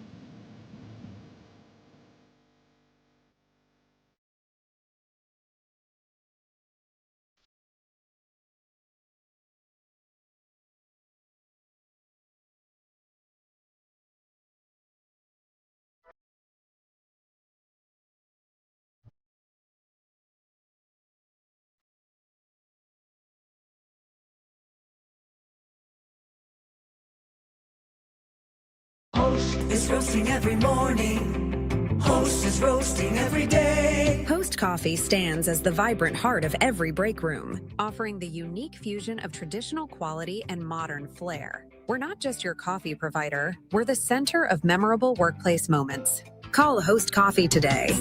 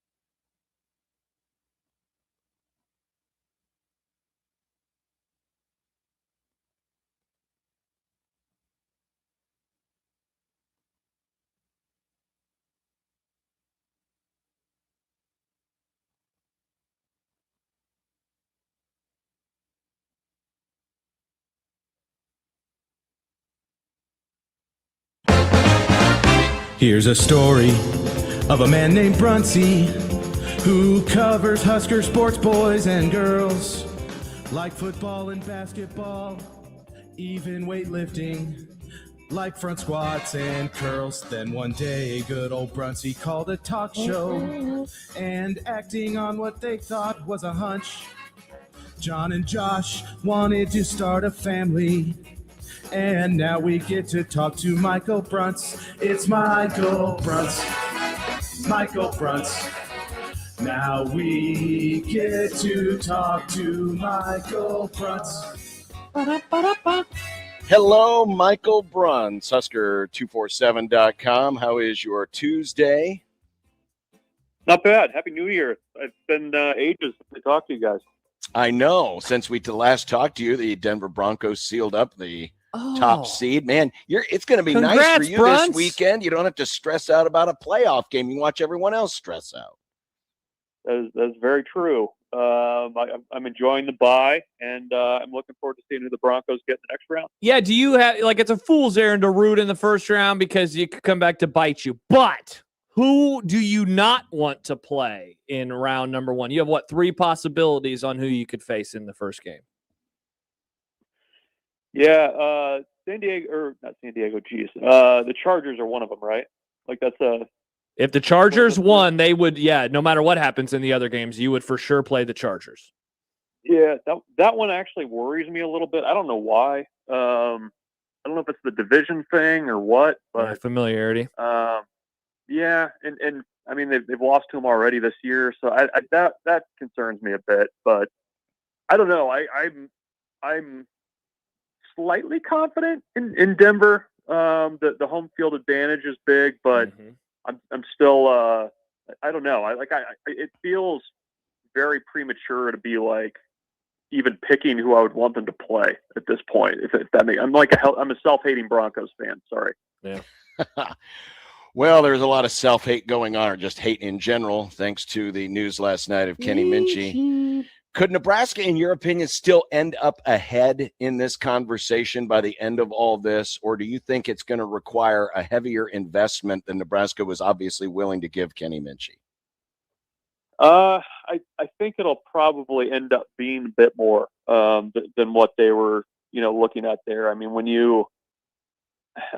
in some ways, the change that came out last night, I mean, it kind of puts Nebraska a little bit into Kentucky's situation. I mean, I know Nebraska has Latif on the roster, and that, you're bringing someone in to compete with him, but at the same time, like, Kentucky's kind of looking around at what's there. If you kind of have to get a guy, and if you don't get a guy, like, what does it look like 48 hours from now? I mean, I think that's a little bit of kind of where Nebraska's at now. And I mean, when you're in that situation, you're probably going to have to pay a little bit more for bringing in a guy. So I'm expecting it'll be a little bit more expensive than what they were probably looking at. But that's just kind of the nature of the quarterback dominoes, I guess. And especially when you start getting them further into the portal process, it just feels like it's like you get past like the 15th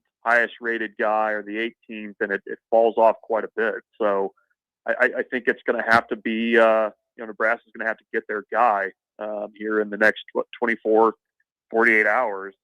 So they can kind of get focused on other things too that they have to fill. A guess from you, Brunts, on who that guy is or could be? I know that a lot of people have been doing the kind of quick story of, hey, here's 2, 3, 4 names, and most of them are the same guys: Aiden Childs, Pribula from Missouri, and formerly Penn State before that, DJ Lagway, Calandria from UNLV. Do you have a lean?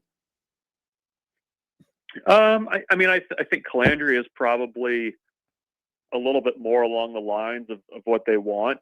It's interesting when you kind of dig into the numbers for that quartet. That there's certainly some turnover issues that are baked into a lot of those guys' careers at various stops. For Calandria, he seemed to kind of find something, I think, at UNLV based on or compared with previous stops that he'd had. So I think that probably aligns a little bit more closely with where Nebraska could go. Pribula is interesting to me just because, he's a little bit, he showed at Missouri that he could really run.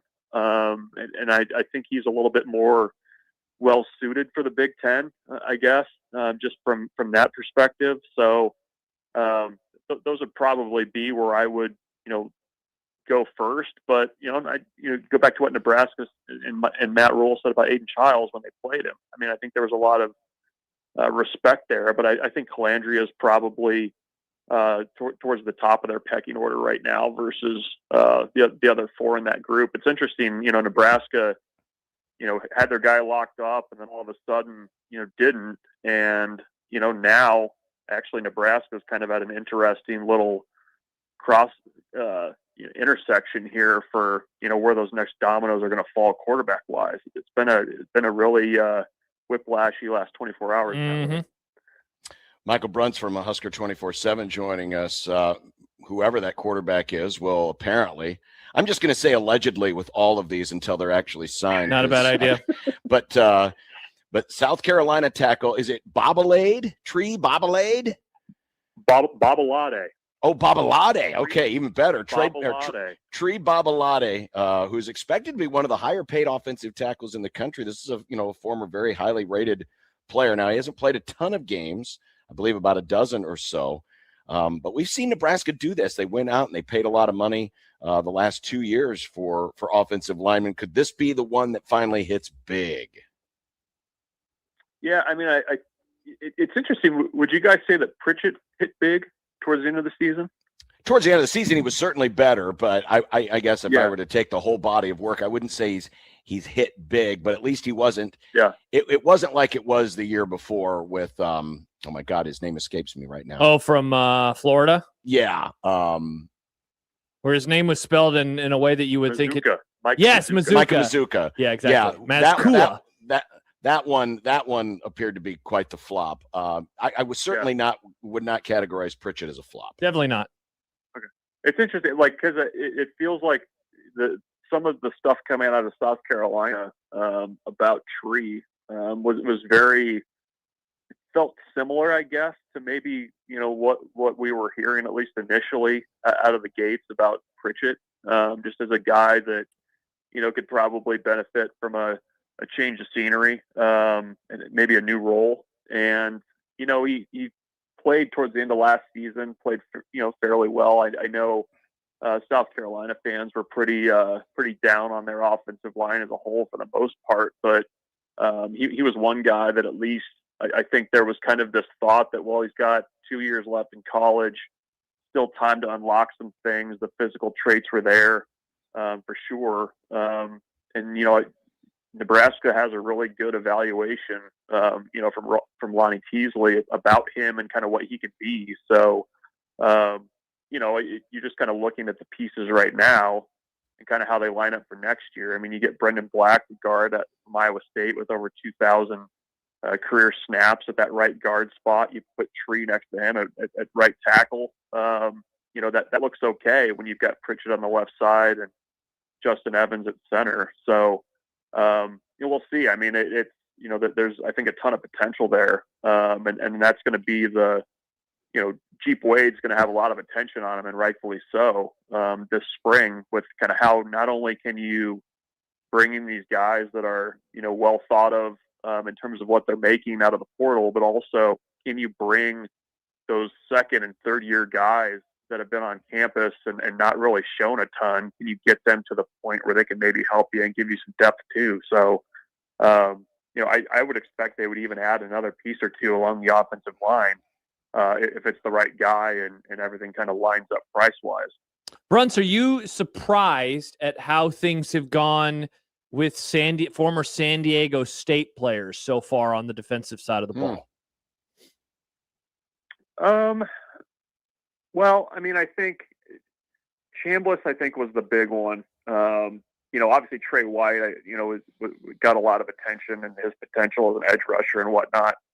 That felt like it was probably going to be a situation where it was, I don't know that Nebraska was going to be in a place to really, elbows outbid teams for that. But I think linebacker, have we talked enough about that as a potential need for Nebraska in the portal? No. I mean, they you're right.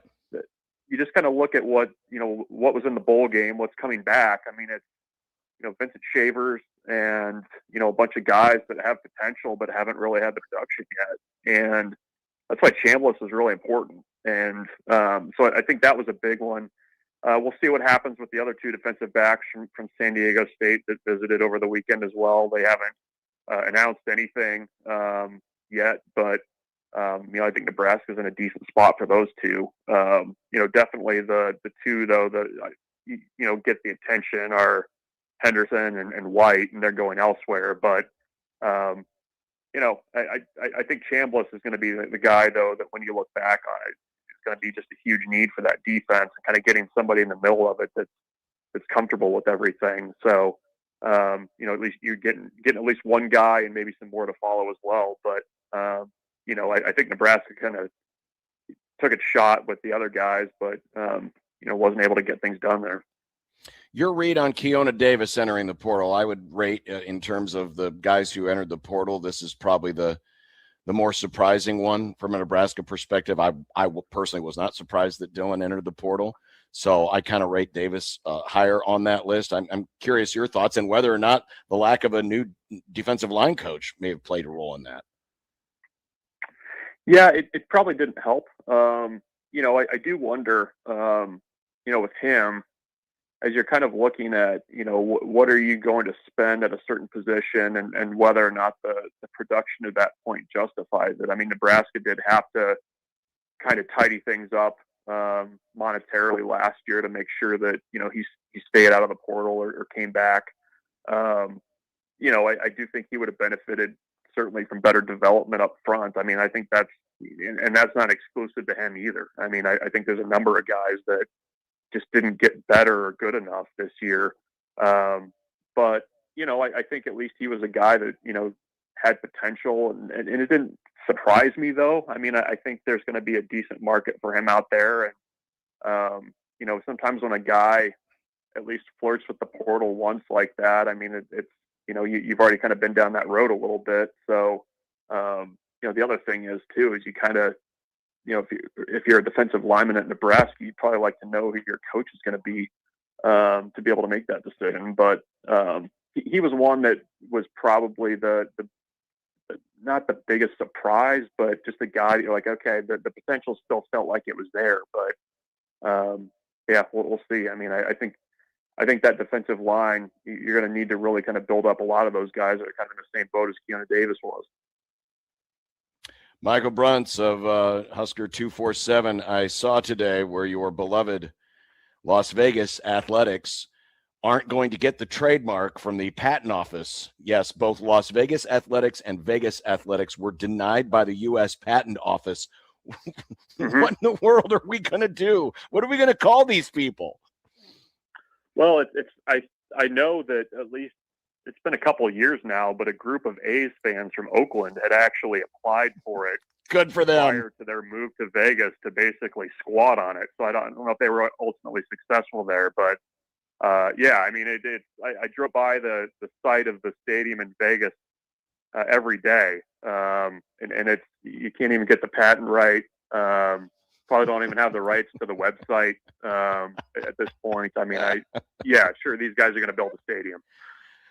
Oh, goodness. Well, hey, at least the Broncos are good. We get another week of Broncos, and then that's all we're getting. And then another week after, like you get 2 weeks now. You have the next however many days, 10 days, 11 days. You got plenty of time to soak it all in. Yep, I'm going to wear my Ricky Nattiel jersey everywhere I can over the next 10 Oh, days. Ricky Nattiel. That's taking me back now. I like it. All right. Yep. Well, Michael Bruntz, Husker 247. Bruntsy, we appreciate it. Thanks. Have a great rest of your Tuesday. Yep. See you guys. Bye, Bruntz. We'll come back and we'll go over some of the names that Bruntsy talked about with the quarterbacks and, what's left out there, the latest news on that. Also, how much could be spent on this position and still to come. Speaking of the portal, Max Olson of ESPN.com will be joining us here in about 15 minutes or so. And he's talked to Mr. Minchey earlier this week before all of this stuff took place. We'll get his thoughts on everything that has transpired and what is yet to still come as the portal remains open for about another 9 days or so here on 1620 The Zone.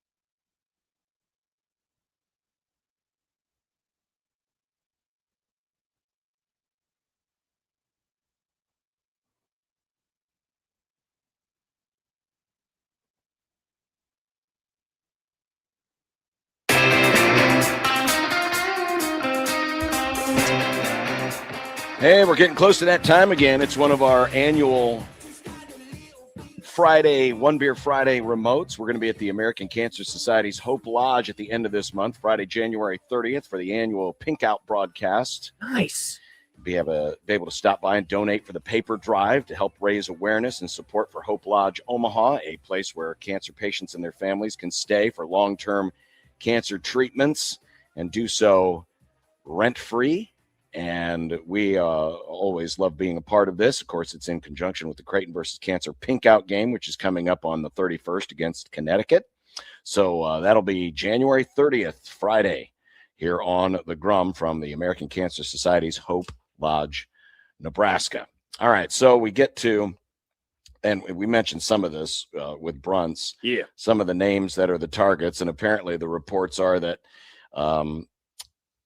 some of them have already set up visit dates. Anthony Calandria, who is the quarterback at UNLV, Bo Pribula from Missouri, and Aiden Childs, who we saw earlier this season for Michigan State, are the three that appear to be the most likely at this point.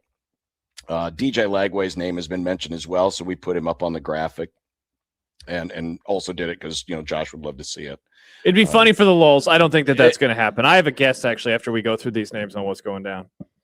Anthony Calandria last year, 3,500 passing yards, 23-9 touchdown to interception, 649 rushing yards. He also played 2 years at Virginia, where he was a 62% career passer, had a 26-20 over 2 years touchdown to interception ratio. Pribula, of course, last year he had the ankle injury, so it cut short his season, but nearly 2,000 passing yards, 11 touchdowns, 9 picks, had 6 rushing touchdowns a year ago. Childs, again, similar to Pribula, was limited a bit due to injury. We saw him up close and personal on those scrambles that he had as Michigan State was trying to pull the upset in Lincoln earlier this year. He had 6 rushing touchdowns, 10-3 touchdown to interception ratio. So those appear to be, and Childs, we had heard that name earlier when the whole, transfer portal process began. Pribula is a different name that we. That's a new name, yeah, for sure. And some people had been thinking that Calandria was a possible target, but then when Minchey's name, rose to the top of the list, it seemed like everyone, it was like a foregone conclusion. Oh, it's this guy or nothing. Well, it's down to the nothing option. Certainly of this group, this is very well. Actually, they're all pretty experienced because Childs, has been a 2-year starter. Pribula last year was a starter for the first time, but backed up 2 years at Penn State. Yeah. Calandria is actually the most experienced in terms of starting experience because he played 2 years at Virginia and played starters minutes there. And then, of course, last year started at UNLV. So, yeah, problem with him is and you have some of the numbers on the screen right now. He turns into a bit of a turnover machine. You just have the interceptions. 36 total turnovers in his career versus 61 touchdowns. So not even a 2-to-1, which is not even a good ratio, but not even a 2-to-1 touchdown to interception ratio. And that's across the board. That's counting rushing and passing. That's not just a passing stat. Right. I think that's the guy. I think that's the guy they want. He's in town right now. I think that there's word that Aiden Childs, he's visiting. I just saw somewhere he is visiting Northwestern right now, and he is someone that we've been talking about for a while as a potential player. But I think Calandria is the dude that they want. It's interesting. He fits that.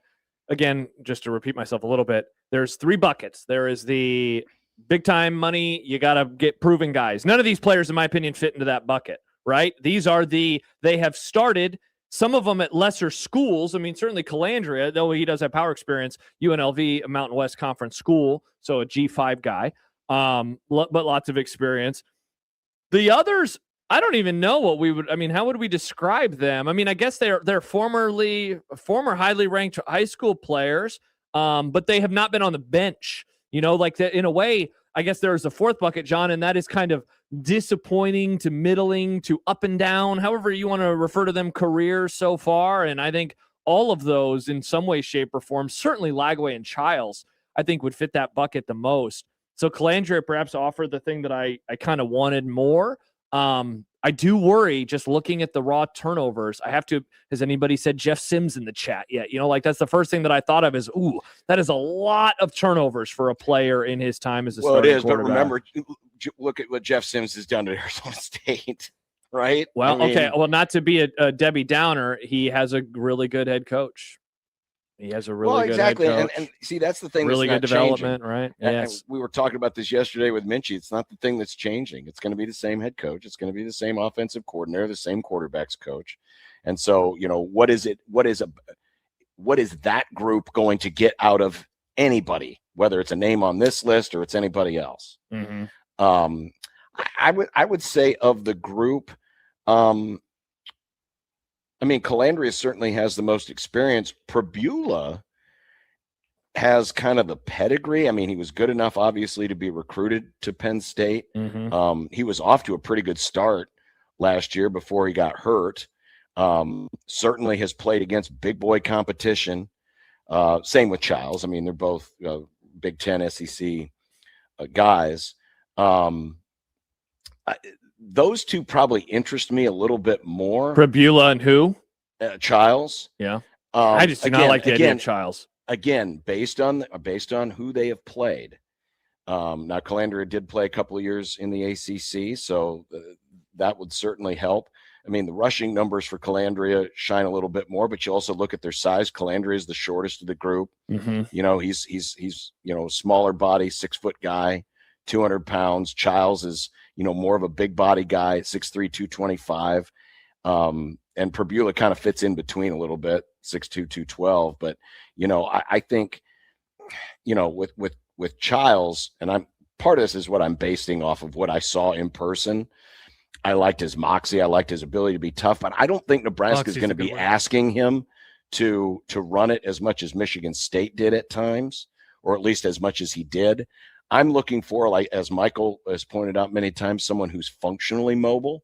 Yes. I don't think you can revert back to a situation where you've got a quarterback, who's among your top 2 rushing leaders. I don't think that's necessarily going to be a recipe for success based on what you have now. I'm not saying I'm totally divorced from that kind of an offense, but if you're going to run that kind of an offense, A, you better have someone who can coach to it, and B, you better have a good backup, mm-hmm. because those guys are going to get banged up. They're going to get hurt. So I guess I'm looking right now in terms of, what you expect out of the portal, because the portal's not a long-term thing. It's a short-term thing. So find somebody who's going to be able to plug in to what probably it is you're going to do and play to that. And I think with Childs, you wouldn't ask him to run it necessarily as much. What did he have last year? I'm going to take a look. 227 rushing yards, 6 touchdowns, 2.8 yards. No, but I was going to look at his carry. Yeah, his yards per carry obviously is going to take it's because sacks are going to be built in, obviously, since we're talking about college football. We saw it against Nebraska. Last year in a shortened season for him, he had almost as many carries as he had all of last year, 2024. So, they were asking him to do a little bit more with his feet, and some of that too is, a little bit on the scramble side of things. But, again, I don't think any of these are bad options. I do. I think Lagway is a bad option. That would be a terrible option. I haven't even addressed Lagway. Okay, I just wanted to make sure. I haven't even addressed Lagway. And we put Lagway on the graphic again because his name has shown up in some stories lately. Evan Bland had a story. But with Lagway, aren't you going to more of just a true drop back offense? If it were Lagway? Yeah, I don't like the idea of Lagway. No, thank you. I don't like. Here's the thing, and gosh, we kind of got to this point. I think when we were talking yesterday to Michael, I think at the end of the show, but it's just like all these moves, man, are going to come with like a caveat of like, do you trust this place to get it right with any of these guys? And the problem, of course, is when you get spurned by your first, is that now you are going into the secondary category. And like, this is not a fun list of names, is it? Like, it's hard to get excited about any of these guys. I think individually, eventually you're going to have to talk yourself into somebody. But Ken says, man, this list is awful. LMAO. I kind of agree. Like, this is a bummer of a list. I don't like any of these guys. But part of that too is I don't like the development. Did you like Minchey better than any of these guys? I think you could talk me into Minchey more than any of these guys. Even though Minchey hasn't done it. I know, but done it. I mean, sometimes true freshmen come in and start too. I mean, that's what happens in football. You have guys who have never I started. understand, but level. we talk a little bit about experience. Yeah, and, but I've seen this. That does help. And would you rather have experience with this group of coaches, or would you rather have these coaches try to develop somebody? Certainly not Childs or Lagway. I think scratch. it's a different conversation for me with Calandria and Pribula. I think it's a different conversation for me.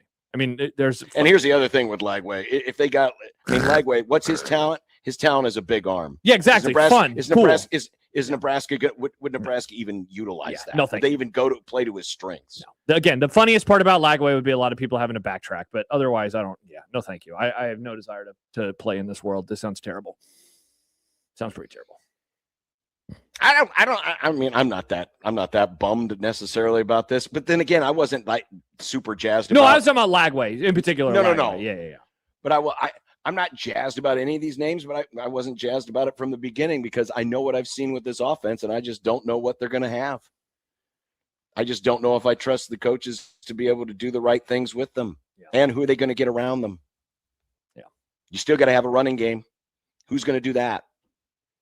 Well, we'll talk to Max Olson coming up next. We'll get his thoughts. He is covering the transfer portal for ESPN.com, and he'll tell us all about what's out there because there's been a lot of moves today on 1620 The Zone.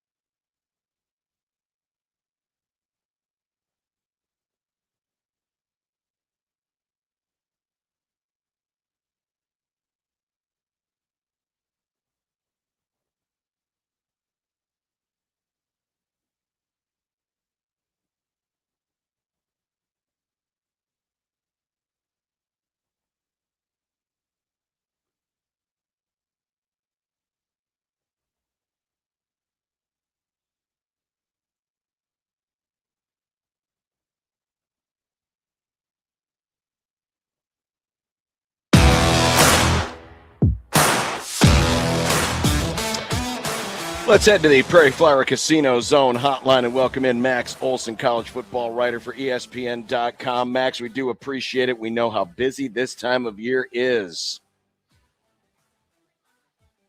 I saw you just followed me on Twitter yesterday, John. I am honored. Thank you. Well, I thought, okay, here's the deal. I thought I already had. Did you? You didn't change your address, did you? Address? No. Or whatever they call it. I don't know what they call I it. never blocked you or anything either. No, I'm honored, man. I'm glad to finally break through. Max, more sleep now or when you became a father for the first time? Well, here's the thing is I still have a 7-month-old, so I was up with her at 4 a.m.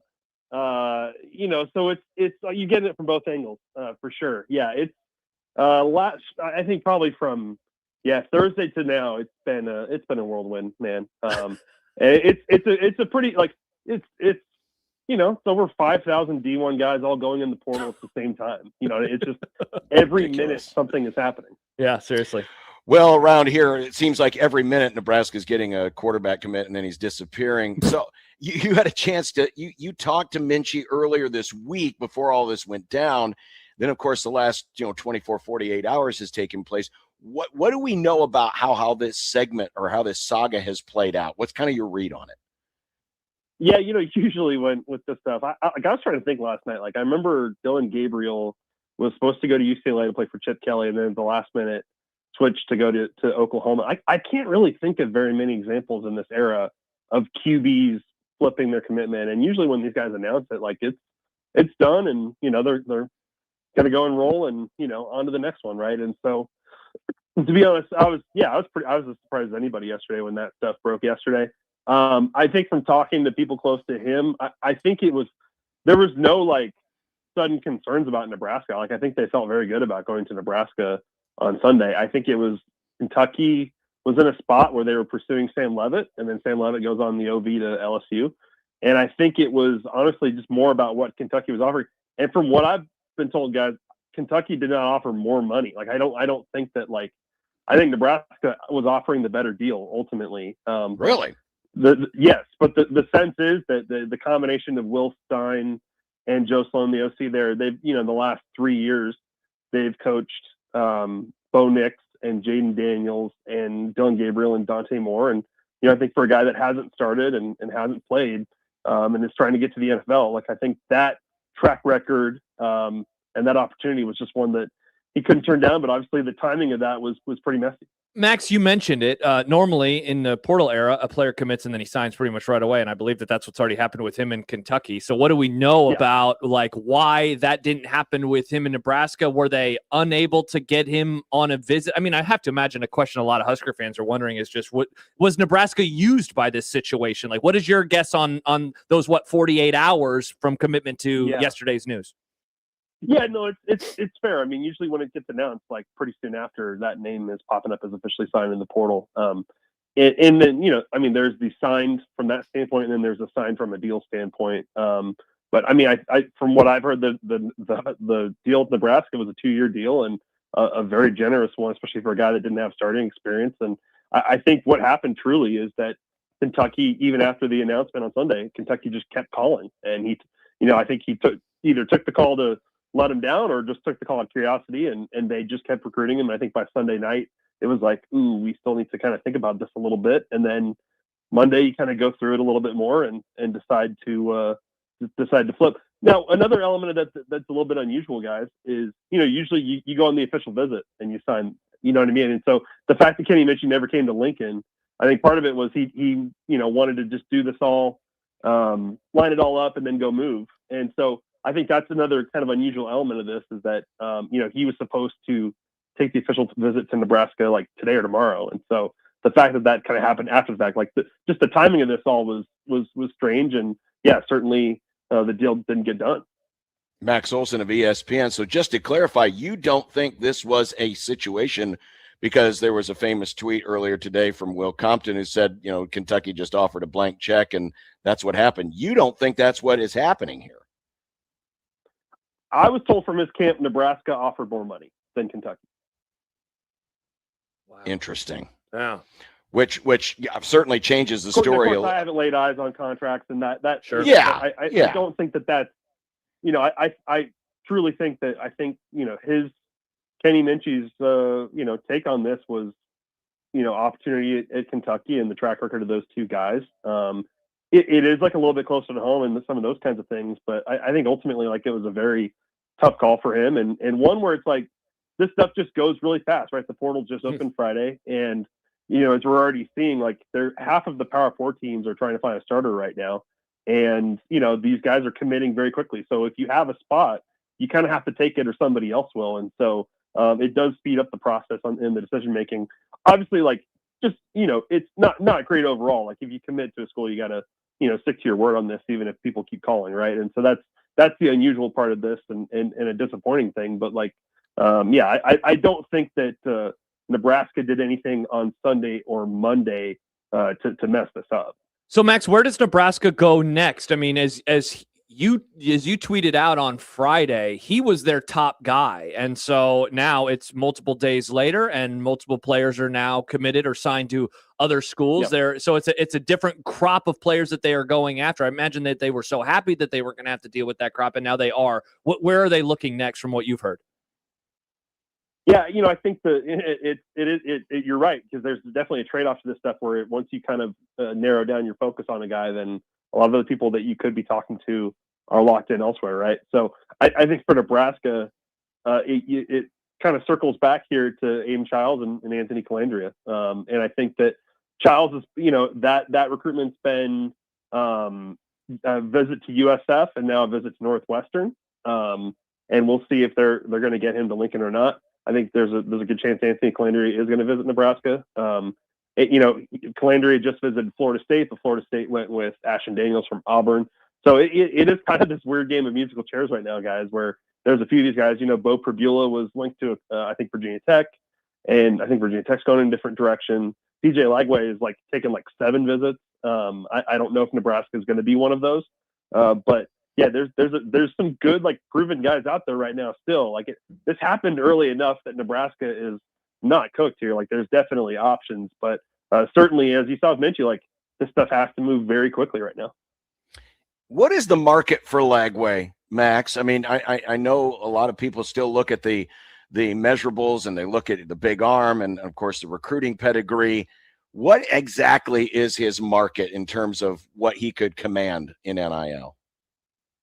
Yeah, if you told me a year ago that DJ Lagway was going to go in the portal and he was going to be taking visits to like Virginia and Stanford, like I'd be pretty surprised. I mean, the hype on him going into 25 is that this is a top 10 quarterback in college football.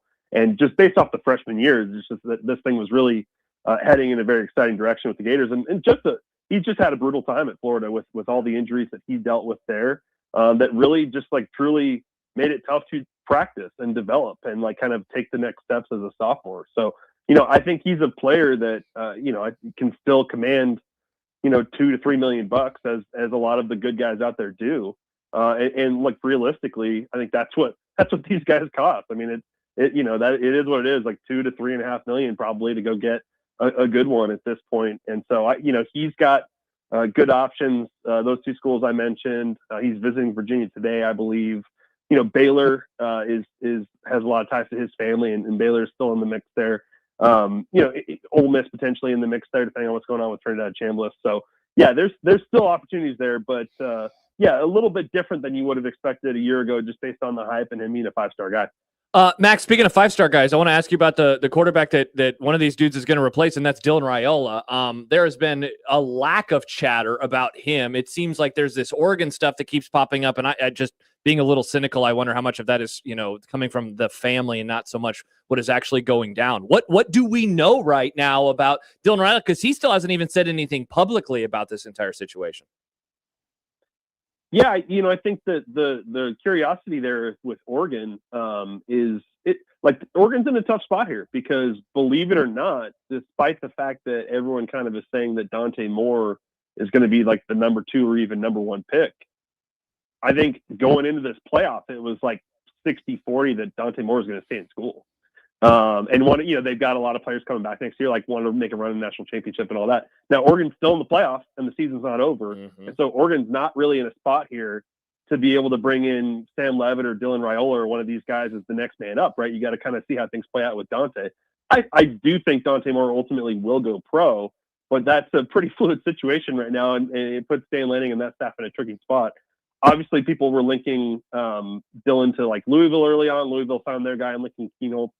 I think the mystery one is still Miami, and just like truly do not know what Miami is up to, what they're planning to do. But yeah, right now, like if Lane Kiffin can get it done with Sam Levitt, then I think that could certainly clear the way for Dylan Raiola to be the guy for Oregon. Hey, Max, what can you tell us about the Adidas component to all this? Like, it always comes up. We say it kind of, offhandedly, like, yeah, of course. And then there's the Adidas situation. Like, how much does that matter? Because, of course, you just mentioned a lot of schools that are Adidas schools. Oregon is not. They're Nike. I don't think that that's restrictive in terms of like which schools you go to. I think you don't like lose your deal just because you go to this next place and it's the Nike school. But it's a good question. Like, certainly we are seeing in some of these situations with these really high paid guys that those ties to those companies and like the multimedia rights deals and stuff like that are a factor in this stuff right now, because schools are having to figure out different ways to fund these deals beyond just the cap hit. Right. And so, I think Adidas, to what extent they're involved in a Dylan Raiola deal, I don't know. If he goes to Miami, you'd probably assume like, yeah, there's probably Adidas is helping that to some degree, but like, I don't think that that's the target or the move right now for Miami. But again, I don't think anybody really knows. I think there was a lot of talk about CJ Bailey. There's a lot of talk about Lenora Stellars. Like the last 2 years, Miami has pulled guys who had already declared for the draft. So we will see what the Canes are up to. But yeah, probably it seems to me like if you're Dylan Raiola, the dream scenario here is Oregon, but Oregon's got to finish its season first and figure out what's going on. I'm looking up and down the list of what Texas Tech has already done, and obviously they made one of the biggest splashes by going out and getting Brennan Sorsby, who's been considered the top quarterback in this portal class. The money figures have been out there, $4 or $5 million. How much, in terms of the scuttlebutt that you're hearing, is about Texas Tech and how much they are resetting the market in certain spots? Yeah, it's a good question. I think last year they absolutely did. And part of that was just they saw the opportunity with the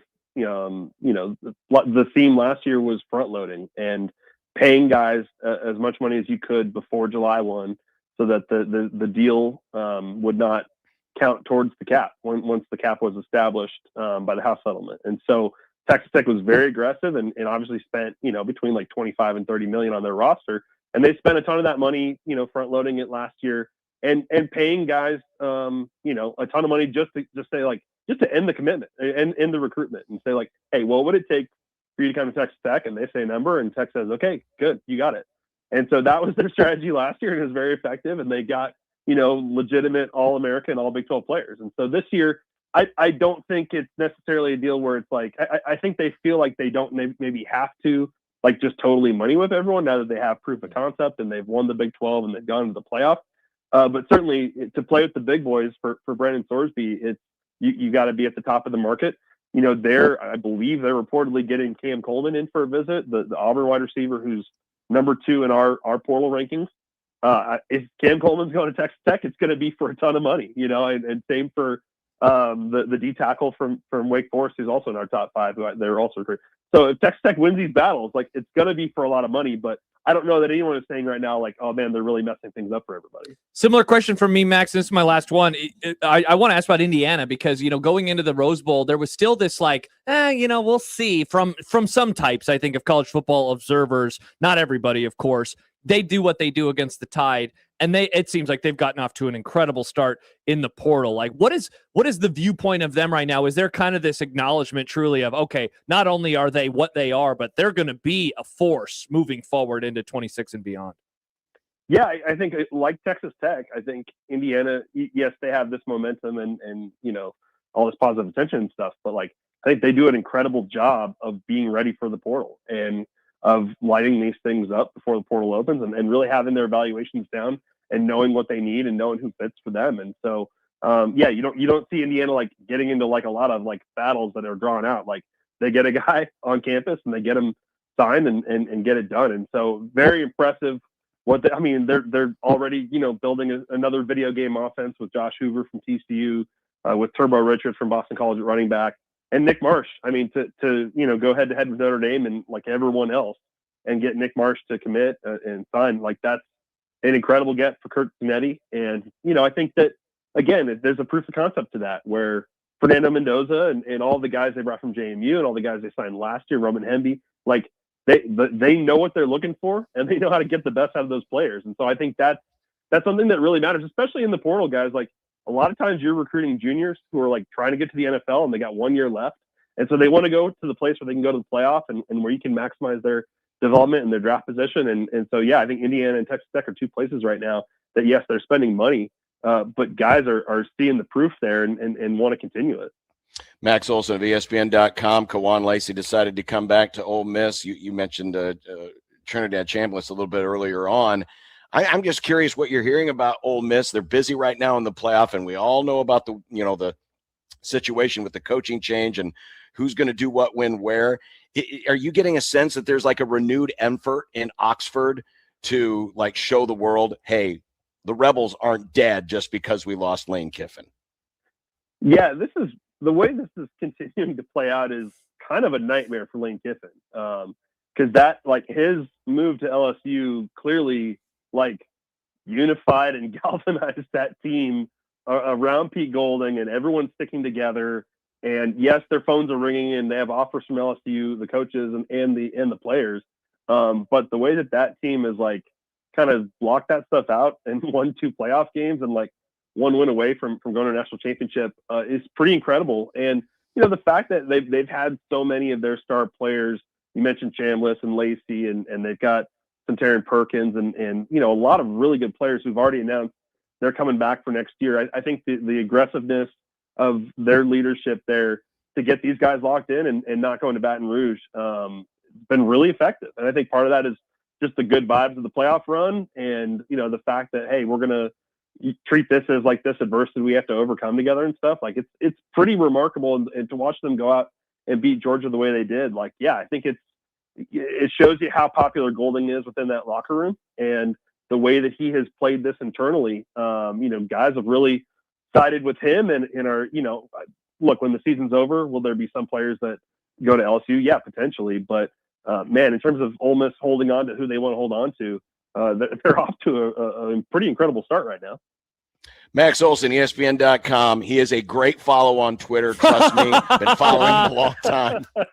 So I'm serious, Max. Because I wanted to make sure I had the right, and I'm looking. I'm like, wait, I'm not following Max because I see his tweets all the time. Well, I realize it's other people that have been retweeting you, but I'm glad to be a loyal, long-time follower of Max on Twitter. Hey, thanks for having me, guys. Appreciate you bet. Thank you, Max Max. Olson, ESPN.com. Really busy guy right now. Really appreciate that he had time for us. Interesting. I was just going to say. All of the now, again, I'm going to caveat this.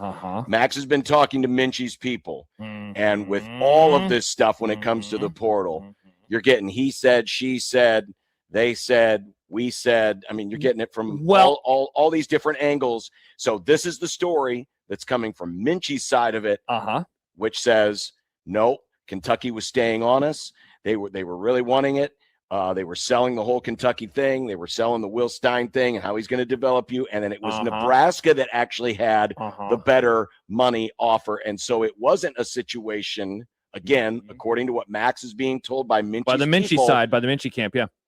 That Kentucky money whipped Nebraska. Yes. And so what is interesting about this is that this is not sour message board grapes in terms of the Nebraska side of things. This is Will Compton with a direct line to Matt Rule. So somebody obviously in this is lying. The Nebraska camp is lying, a.k.a. Will and Rule via Will, or the Minchey camp is lying. That is very, very, very interesting. I mean, Max lays out a good case from the Minchey side of things. Look at the track record. I mean, that's essentially the argument, right? Look at the track record. The track record with this coach in particular is a very good one. X, Y, Z, and Dante Moore will follow those guys into the NFL. The Nebraska track record so far has not been the case. Somebody ain't telling the truth. Is it Will Compton and the Nebraska side of things? Is it the Minchey side of things? Because obviously, like, I understand why either side, if they're lying, is going to want to present their case. If you're the Nebraska side, you don't want to say you lost a guy unless something happened that you can't control, and these guys are out to outspend us. On the other hand, if you are the Minchey camp, you don't want to be perceived as a player who only is in it for the money. You want to point to, whoa, they develop. Whoa, they do this. They do this. Like, that's what you want to do. And so I understand. I understand why either side is making that case. And again, this is one of the inherent flaws. Well, it's a byproduct of the inherent flaws of this entire system. It's that it's very little of it is based in hard and cold fact. It's a lot of he said, she said, and you got to piece things together. Usually in these situations, I tend to default to there's truth somewhere in the middle, that you're going to get the extreme from the Minchey side of things. You're going to get the extreme from the Nebraska side of things, and that the truth is somewhere in the middle. Now, it could still be leaning heavier one way or another. I mean, I guess here would be my argument on the well, he's doing it because of what Will Stein has done. Yeah, Will Stein was offensive coordinator at Oregon. Hard to fault, when you're coming from a program like that. But he was there for 3 years. But before that, he was pretty much, a high school guy, and, he spent a little time as a quality control guy. So he's still very young in this position. He's only 36 years old. So does he have a proven track record? I mean, it's a short track record, right? I tend to think that money had something to do with it. And again, this is my belief. I'm not trying to take sides here. I'm just trying to read through all of the noise that there's money involved in here somewhere. Because the idea, and I know we've spent a lot of time bagging on, the inefficiencies on Nebraska's offense. Would it surprise me if maybe Kentucky was playing on some of that and saying, hey, this is what they're saying about Dana. It's called recruiting. Fastball. Yeah, for sure. Yeah, exactly. There's this guy who calls him whole go the no-go. Maybe they were Check using out this some screenshot from 1620 The Zone TV. Subscribe today on YouTube.com. Maybe they were using some of my stuff. Maybe they were, them. John. I don't know. Maybe they were. Maybe they were. Let's see. Is it still? Yep, there it is. Look at this. Look at this, Minchey. Look. Has the Stumanji tweet broken through into the Lexington, Kentucky offices? Hey, Calandria, take a look at this. Hey, Aiden Childs, Bo Perbula, take a look at this. I mean, again, this whole process is just a very condensed version of the original recruiting process, given now that there's more money involved and it's instant transfer and all of this other stuff. But yeah, there could be a lot of that noise out there in the stratosphere as well. I'm a little dubious that there wasn't something here, money involved. But what about the clip we played earlier? And Kyle says it, the guy who proclaimed money would no longer be an issue can't claim he got outbid. Maybe he just got bad vibes. He got bad vibes. But then again, the argument back would be, well, this is the money that we put on this position, and we're not going to overpay. I seem to recall saying that when Matt Rule said these things several weeks ago, that just because you have the money doesn't mean you're going to go out there and break the bank. Nebraska was not going to put itself or be in a position, or be in that position, and B, actually do it where they were going to be like Texas Tech and go reset the market. If you're going to do that, Nebraska doesn't have. You were going to be aiming a lot higher than Kenny Minchey. Well, that too, yeah, and they also don't have that. By the way, we have not done our due diligence. We have a Sports Flash. Time for an unsportsmanlike conduct Sports Flash update. Sports Flash. From the Sports Flash Sports Desk. Adam Schefter reporting. John Harbaugh out in Baltimore. Whoa, wow. They have decided to move on. So a topic that we hit on yesterday, I believe we talked about it in content. Were we surprised that he had not gotten the axe? Well, he has gotten the axe. Was the second longest tenured head coach in the NFL behind only, well, the guy he saw on the sideline Sunday, Mike Tomlin. 18 years is the amount of time that he lasted in Baltimore. Gosh, you got to go. I mean, that is. I was in college when he started as the Baltimore Ravens head coach. Crazy. I think they wanted a fresh start, a new start, as some would say. I mean, I guess, but I mean, Baltimore had its Nailed share it. of injuries, you know, as most teams do. This is interesting, and because part of when you make a move is there another guy, an obvious guy out there? I just don't feel that strongly about this current crop of, you know, call it free agent coaches or assistant coaches. I don't feel like there's a Ben Johnson type guy out there. So, you know, Matt Eberflus is available now. He is, but as we know, he was just a patsy. Maybe they'll hire Eberflus. There's not. You're right, but I mean, we've talked about it for years around here. I mean, if you want a fresh start, you want a fresh start. He's gone too. They fired him. Yeah, if that's the thing. Like, do they feel like they've hit a ceiling? I think that they feel like that they have hit a ceiling. It is time they want to move on and try to see if they can find another ceiling. Wonder what's next for John Harbaugh. Yeah. What is he, about 63? Let's see. What if he goes to Michigan? We were talking about Harbaugh always goes to Michigan. Nice. Harbaugh, John, wow, you nailed it. 63. Good job. Wow. Good A year job. older than Brad Pitt. A year older than Brad Pitt. As the sane Harbaugh in the family. But the fired one. Well, but my boy Jim's coaching this weekend. Better to be fired than to be basically kicked out because go Chargers because of your lack of morals and scruples. He didn't get kicked out. He left because he said, "I've done all that I can." He was scared and he was peeing in his little pee pants. It was not peeing his pee pants. He was beating Ohio State's ass every year. Nick is what he was. So he was scared of show cause. Who cares about a cause of show? Anyway, you know what I I'd be care? curious to see what happens with him. Yeah, me too. I mean, he's at such an age where I don't think he wants to go do something like he's not going to be an assistant, right? He's not going to be the coordinator. He's a special teams guy. That would be weird. He seems this far into his career, it's head coach or bust for John Harbaugh. That would be. Oh yeah, I don't think he's John not going to be an Harbaugh's coming assistant. back. The Raiders. I see. That was what I was thinking. This sounds I like bet Brady would love John Harbaugh. This sounds like a total Raiders move. But gosh, they just kind of tried that. I know Carroll's older, but they just kind of tried the Super Bowl winning coach, great resume, whose previous stop had come to a unceremonious. Yeah, but end. Carroll had been out of it for a while. I mean, That's you're true. just getting a guy Harbaugh who was just there. That's true. That's definitely true. Just in the game. That's true. Just there. By the way, John, when we return, we got an email that started like this: "Hi," and then in brackets, recipient name, which I thought was like a bot email, but it's not. It's a question to us about Will Compton and some of the things that John and I have been saying today that I would like to unpack. Interesting. Indeed. Well, and speaking of the NFL, we have to review our playoff draft and the abysmal nature of it. Yeah. Well, abysmal for some of us. Hopefully not me. That was abysmal. I hope.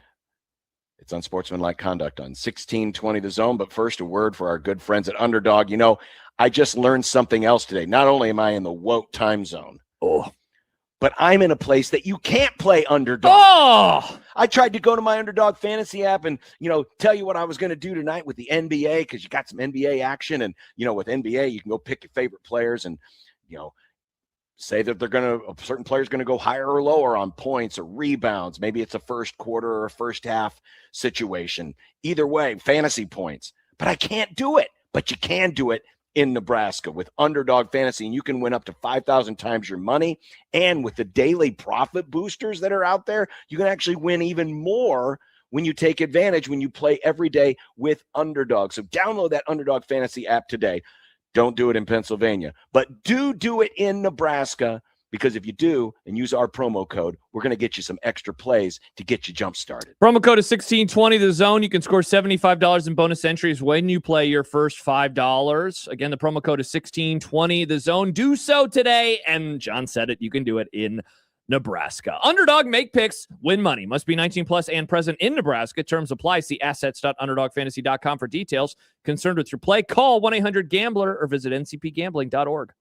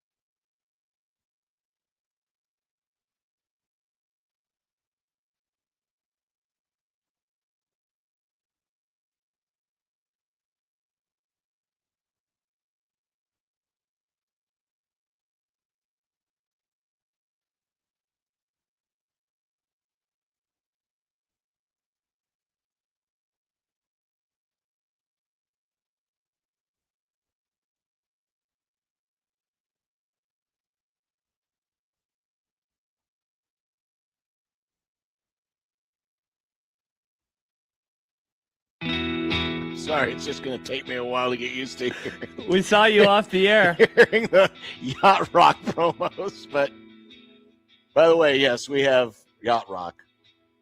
Yacht Rock 1180. 1180. Music on the AM band, like the good Lord You know, intended. every time I get up here in my hotel, I'm going to do this right now. Yeah. I mean, the lighting is pretty good in here, but I've been Way meaning to better do than this when you're at home. all day. True. I'm doing it now because I keep forgetting to do it. What are you know, doing? I'm going to argue real quick. About? Yacht Rock sounds incredible on AM. That's what I just said. I said it so good.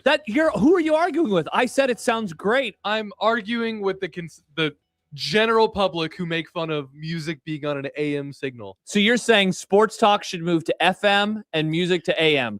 Excellent idea. Nick, people say you're an idiot and a moron and Gen Z doesn't know squat about poop. But you got it going on up there in that brain of yours. Thank you. Yeah. John, you're drinking the wine again, the hotel wine. That is not wine. That is Coke Zero. Doesn't it kind of look like it with the the does. reflection? It has like it has a hue to John's it. drinking a dry red. Nice job by you. Delicious dry red here. Nice. My for favorite the, kind of wine. final 90 minutes of the Grum. All right, so you said we got an email. Got an email from friend of the Grum, Brad. Hi, recipient name. Now, he did follow up. I heard your tease and thought, did freaking Gmail AI redo my email? Yep, sure did. So Brad writes, hi, and I think this meant to say John and Josh. I don't necessarily disagree with your perspective on this, but I wanted to ask why this is being stated as a definitive fact. Is it possible that Rule communicated with Compton and Compton interpreted the information in his own way before making a statement? That is a possibility, but the current discussion seems to assume that Rule explicitly instructed Compton on what to say. Thanks, Brad. Well, okay. let me. This is me now. I mean, Sure. you're the one that kind of. Well, I put together the graphic. You put together the thoughts. But Yeah. we have seen in the past through other things. One thing in particular.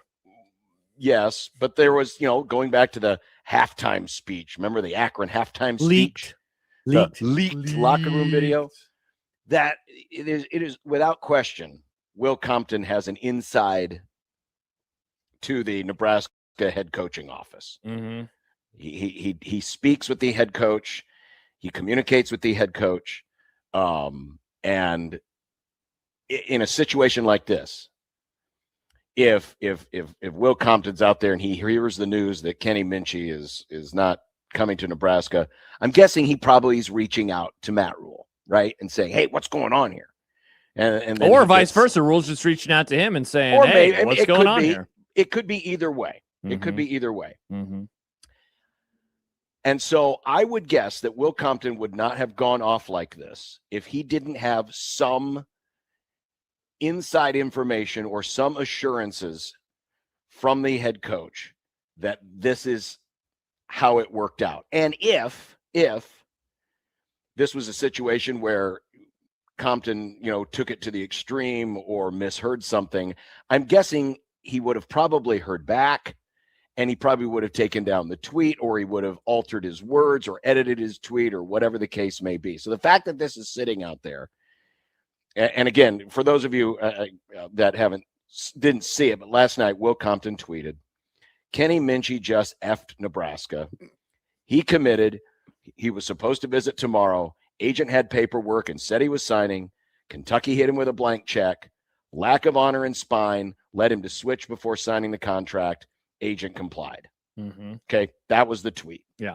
If there was anything in there that was overstated or misstated or over-exaggerated, I would have guessed by now that it would have been changed and that would have been communicated and there would have been a corrective tweet sent out there. Yeah, and I mean, you hit on a good way to start this convo, and that was bringing up the video. This video that is available internally is suddenly made available by Will Compton. And again, if there was any issue that the head coach or the program itself had with him releasing that video following the Akron game, it would have gotten pulled from the internet. Of course, it never did, because where did he get it? I have a guess on where he got it. I found, by the way, the tweet from October. Husker Nation just got off the phone. I can tell you with absolute certainty that Coach Rule has not signed an extension. Hopefully that bleep changes tomorrow. Go Big Red. That tweet was sent 5 minutes after a previous phone call had ended. So, I mean, I just got to guess on this. But yeah, I'm going to speak on it. I think it's an educated guess, Yeah, Josh. I'm going to speak on it pretty definitively because I think that that's what happened. And I find that pretty interesting. And again, this is now two camps that are going to try to tell a story. And that's how it's always been with recruiting. It's just way more on Front Street. Back in the old days, it was message board stuff. It was I heard from a friend who heard from a friend. It wasn't the guy who talks to the head coach of one program. And then, I mean, Max is just doing his job. He's a reporter talking to, sources on the other side. And again, as I said last segment, I understand why the Minchey side wouldn't want to be viewed as they're only in it for the money. Because even though this stuff is legal, even though it's now allowed, there is still this, well, you bought it, though. The Texas Tech bought a national championship. They're trying to buy a national championship. It's like, yeah, that's how it's, it's always worked. It's just been kept under wraps a little bit. There is still this, why would you do it for the money? You should do it for the love of the school. You mean the school that he never visited before? So I understand why they are viewing it that way. I understand why Nebraska is trying to paint their side of the story as well. Who knows what the truth is? Chance writes, I think the truth is probably somewhere in the middle. It probably is. It absolutely. That's what I've said. I think the truth is somewhere in the middle. Now, I do believe that there is something money involved here. Right? Sure. I don't think Kentucky just on the will, pardon the pun, of Will Stein and the chance you can be developed by the guy who, coached Dante Moore, whatever, it was as big. I mean, it's a factor. But at the end of the day, we're talking about a situation where if you're changing your mind that quickly, there's probably a money factor involved here. So I don't deny that. And I'm not saying that Max is only reporting what he is being told by Minchey's folks. Sure. And Max, which is what he told us. That's what he said to us. And that's what he told us. Yep. Okay. Yep. So this isn't to say that Max Olson is misreporting. Nope. He's just telling you what Minchey's people are saying. Yeah. And they could be lying. My job is to read this tweet, read what I'm hearing here, interpret what I'm hearing there, and put some kind of postulation in the middle that this is what I think's happening. I think there's a money issue here. I also think there is a possibility that he's closer to home. He likes the cut of Will Stein's jib. Maybe he, nice jib, Will. And I still believe there might be a component in there about assurances that, Kentucky doesn't have a TJ Lateef, perhaps. I'm not familiar with what Kentucky's situation is, but given they were going after Sam Levitt, who is a huge name in the portal, and right, given they were going after him, they need a starter. Right. I'm guessing there was probably an idea of you're pretty much guaranteed if you show up here, we're going to groom you to be the starter. And maybe there wasn't that at Nebraska. So, that's where it is. But in terms of answering the email, yes. I mean, Will Compton is as close to a mouthpiece for the program as exists who doesn't draw a check from the University of Nebraska. I like what Jordan says. Will is a conduit for Rule to say things he's not able to say. Bingo. It's a great way to describe it. He can say stuff with a little more color and a little more oomph to it that the head coach of a school is not going to say. And he's got a very big audience. Huge audience, massive audience, a massive national audience. Yeah, and I don't want this to come across as being overly critical of Will Compton or being jealous of Will Compton or whatever. It is what it is, right? I mean, going back to we both have his phone number, video tweet and the stuff that happened with the whole contract kerfuffle, and now this. I mean, it's just, he's an ex-player, he's a big fan, he's intricately involved with the program, or he has been involved with the program, who has a direct line to the head coach. Exactly. And he's willing to speak openly on these things because that's his platform and that's his gimmick. And I'm using gimmick in a positive way. Interesting. I would say in a positive way, because to me, a gimmick is a positive word. Nice. So, that would be my response. I agree.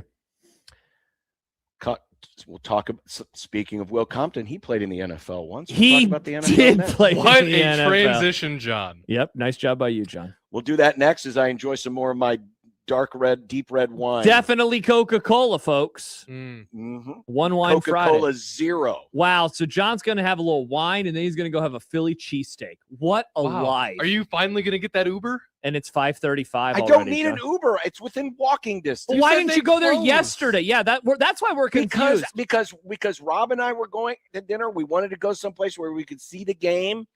And we could see and I saw the game. I would not have been able to watch Nebraska. Oh, okay. So you and Rob really wanted to watch Nebraska. That's we what- like watching sports. We had Rob does. Rob loves sports, I think, more than anybody in the world. It's him and we then had- Happer we number had- 2. Okay, we had on the 8 TV setup, we had Nebraska basketball. We had I saw former Iowa coach Fran McCaffrey and Penn playing Princeton. He's the coach of Penn. He's the coach at Penn. Whoa, you probably had the FCS game There was on. the FCS national championship D1AA. And there was and MLB Network was re-showing the Cal Ripken broke the Ironman streak game. But wasn't that just famous for him running around the field? Did he even do anything famous in the game? He hit a home run in that game. All right, that's famous. Good job by you, Cal. That's a sports night there, John. That was a sports night. That is a sports night. And I did the little 3 for me thing and had a delicious burger. Spoiler alert. We'll do what's for dinner in 90 minutes. 16:20 in the zone.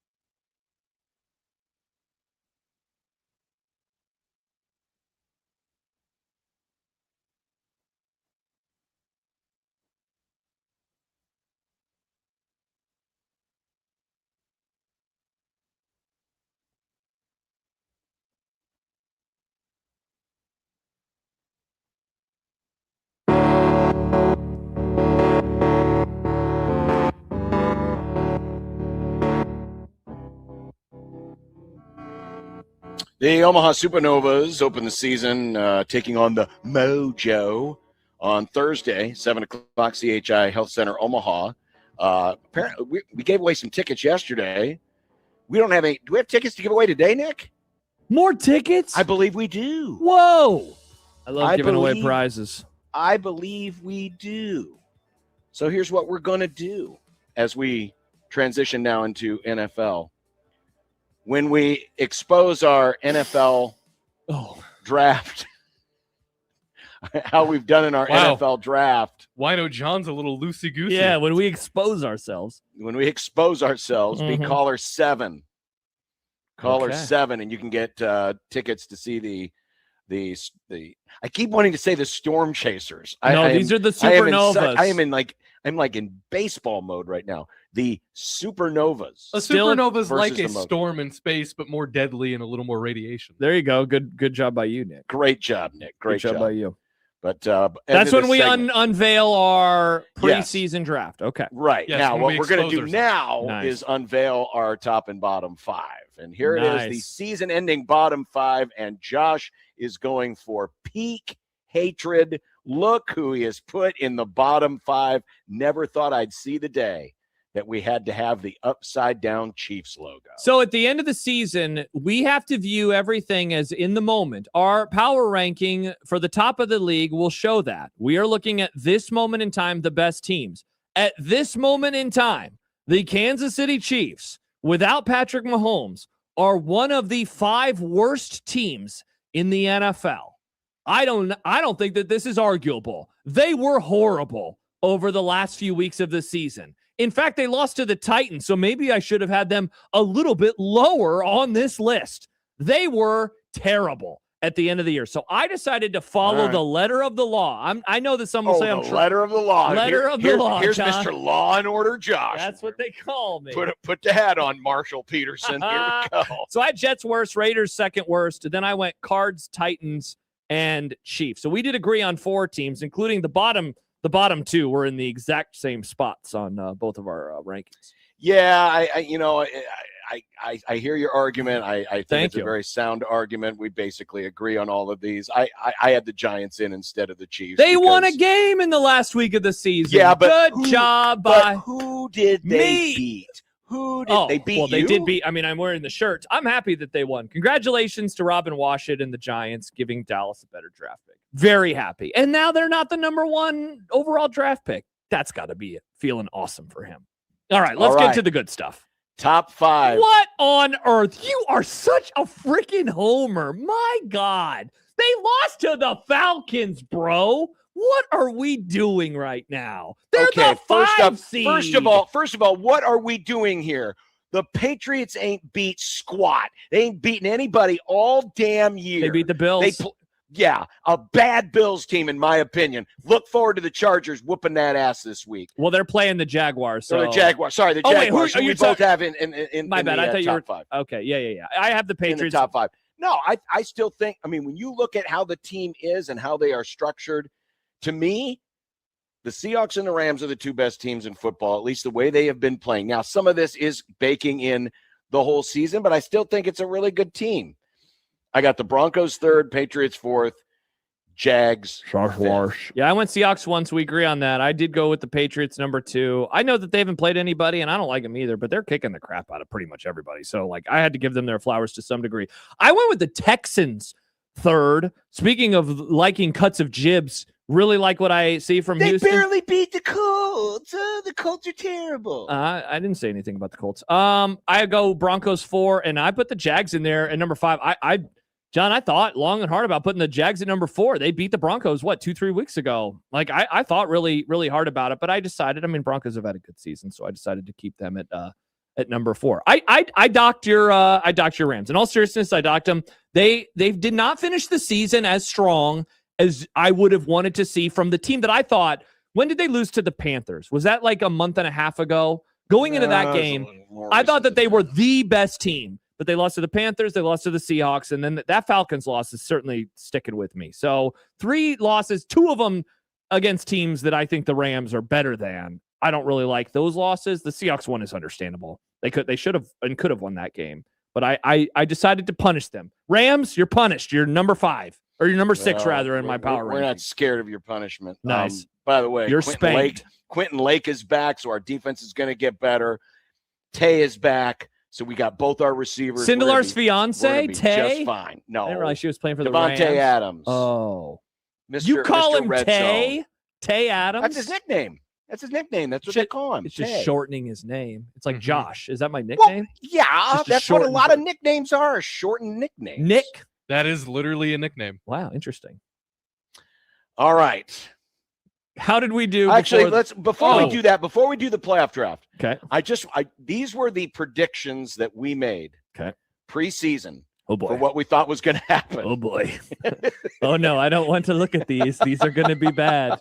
My Super Bowl champion, the Detroit Lions. Oh no, eliminated. Gone. Oh no, eliminated. I forgot that I had picked the Cardinals to get into the playoffs. Yeah, what the hell? So I did have 3 teams from the NFC West, and I picked the Cardinals. Wow, instead of the number 1 overall seed. Instead of the Seahawks. The team with the best record in the National Football League. That's wild. Now in the AFC, understandably, had the Chiefs in, had the Ravens in, but my AFC champion, the Chargers, are still alive. And hey, you know what? Shout out to you. You had the Steelers. That's I like had the Steelers. I know that I didn't have Way them. to go. I'm going to do a little Mike Tomlin here. Good I'm gonna, Lord, such a tryhard. Yeah. Congrats Mike on Tomlin, winning baby. the worst division in the NFL this year, Mike. I guess the NFC South sucks too. All So- right. So that's how you did. How did I do? Yours, you were Wow. a bit. You were a Wow. bit. Little They bit used to better, have a head little bit better, coach. A little bit better. Man. You had the Falcons getting in. Yeah, that's but a your bummer. Super Bowl champions out. Yeah, I had the Ravens. I did have the Niners. They still live, though they are licking their wounds on into the playoffs. I'm happy with a couple of my AFC West picks. I had the Broncos. I had the Go Chargers. And I love the Jaguars. Yes, that's my best pick of the preseason. That I had the Jags winning the division. Not a whole lot of people had them, but yeah, I had the Ravens winning the Super Bowl. Yikes. And you picked the Raiders? Nick, they're the worst team in the NFL. I did it for vibes. No, I did it for vibes. it wasn't for vibes. I genuinely thought they were going to be better this season. Yeah, well, that was Way better than that. Raiders in the Super Bowl. Wow. Hey, at least the Packers are still. Nick is the only one of Nick us is who the had only a one Super that's Bowl got a champ. Super Bowl champion pick. Amazing. Oh, my God. Amazing. I really thought the Raiders were going to be a little scary this season. Nick, going to the Super Bowl is more than a little scary. That's kind of scary. That's Freddy Krueger level scary, killing you in a dream. Yeah, that ain't great. Good God. Yeah, Good God. It was something. All right, let's get to our draft. Yeah. At the 402-951-1620. playoff Holy crap! Well, Oh my God. well, Josh's one giant do not enter Oh sign. no! Of the 6 teams What? that Josh drafted, and this was our snake draft where we drafted the teams we thought we would get in the crap. playoffs. The only team Josh got in was the Texans, which were his 5th overall pick, but he lost the Ravens, he lost the Chiefs, he lost the Bucks, he lost the Bengals, and then he lost the Vikings. Bro, I had the Ravens last week of the season, could have gotten in. I had the Bucks, could have gotten in. And plus, those would have given me division champ money or division champ points. Good Lord. Well, here's the funny thing. Oh, my gosh. So, and we've got the group on there of the teams that nobody picked. Wow. We didn't pick 5 of the 8 division champions. Seattle, Chicago, New England, Carolina, Pittsburgh. Oh, my gosh. All of them division champs. None of us drafted any of those teams. Now, with that said, I still have 4 teams alive. I got the Bills, who were my 1st overall pick. I got the Rams, my 3rd pick. The 49ers, my 4th pick. And my best pick, the Jaguars. I picked them 6th. Nick did a tremendous. Nick, look that is at- a draft value. Look at him. As terrible as Nick's Raiders selection was. Yeah. His first 4 picks, Eagles, Broncos, Packers, Chargers. I mean, that's a All still pretty in there, good. so How about the fact I don't, this isn't my Super Bowl pick, but we could have a Super Bowl that nobody picked in Seahawks and Patriots. Like that or is Steelers and Bears. No, not that one. Seahawks Patriots is really realistic, and that would be a offer for all of us. That is brutal. Wow, this is amazing. We suck. I can't wait to do this again. I next can't year. wait for you to suck. owe us You, lunch. we Damn still it. have 4 teams left. What are you going to get us for lunch, You Josh? still owe us another lunch, and I think John owes us another lunch. I'm fine. Rats. We're all just buying each other lunch. Wow, that's a tough one. Sindelar says, Josh, I think this is the sign you should finally get into No! baseball. Totally agree. Baseball! All right, fine. I'll watch some baseball. Are you going to watch college what? baseball? You know what we should do in all seriousness? A baseball draft? Yes. We should do a baseball playoff draft. Absolutely. I'll wipe the floor with you, Nick. Let's do it. All right, that sounds fun to me. College I'm down. baseball, John? No, Bro, nobody. both. College and Thank you, MLB. Baymon. Nice job with the Texans, Josh. And Jordan asks, am I automatically out even if the Texans win the Super Bowl? I don't think I would have enough points. I would need basically all of your picks to lose in round 1. And then I still don't think I'd have a chance because the Texans didn't even win their division. But I would need them to go on a hellacious run to even. Yeah, so I've got a point for a division winner, and Nick's got 2 points because he has 2 division winners, right? Wow. Yes. Yes. So that's that's. So I would need them to go on I would need them to win the Super Bowl. Maybe then I wouldn't finish in last place. That would be an all-time run. Come on, Houston. Come on, Houston. Let's get it done, baby. Wow. Oh, this is weird for you. You're never used to finishing last. Hey. I'm in first place right now in predictions. You know who else isn't used to finishing last? Steve Sipple. Coming up next on 16 Zone.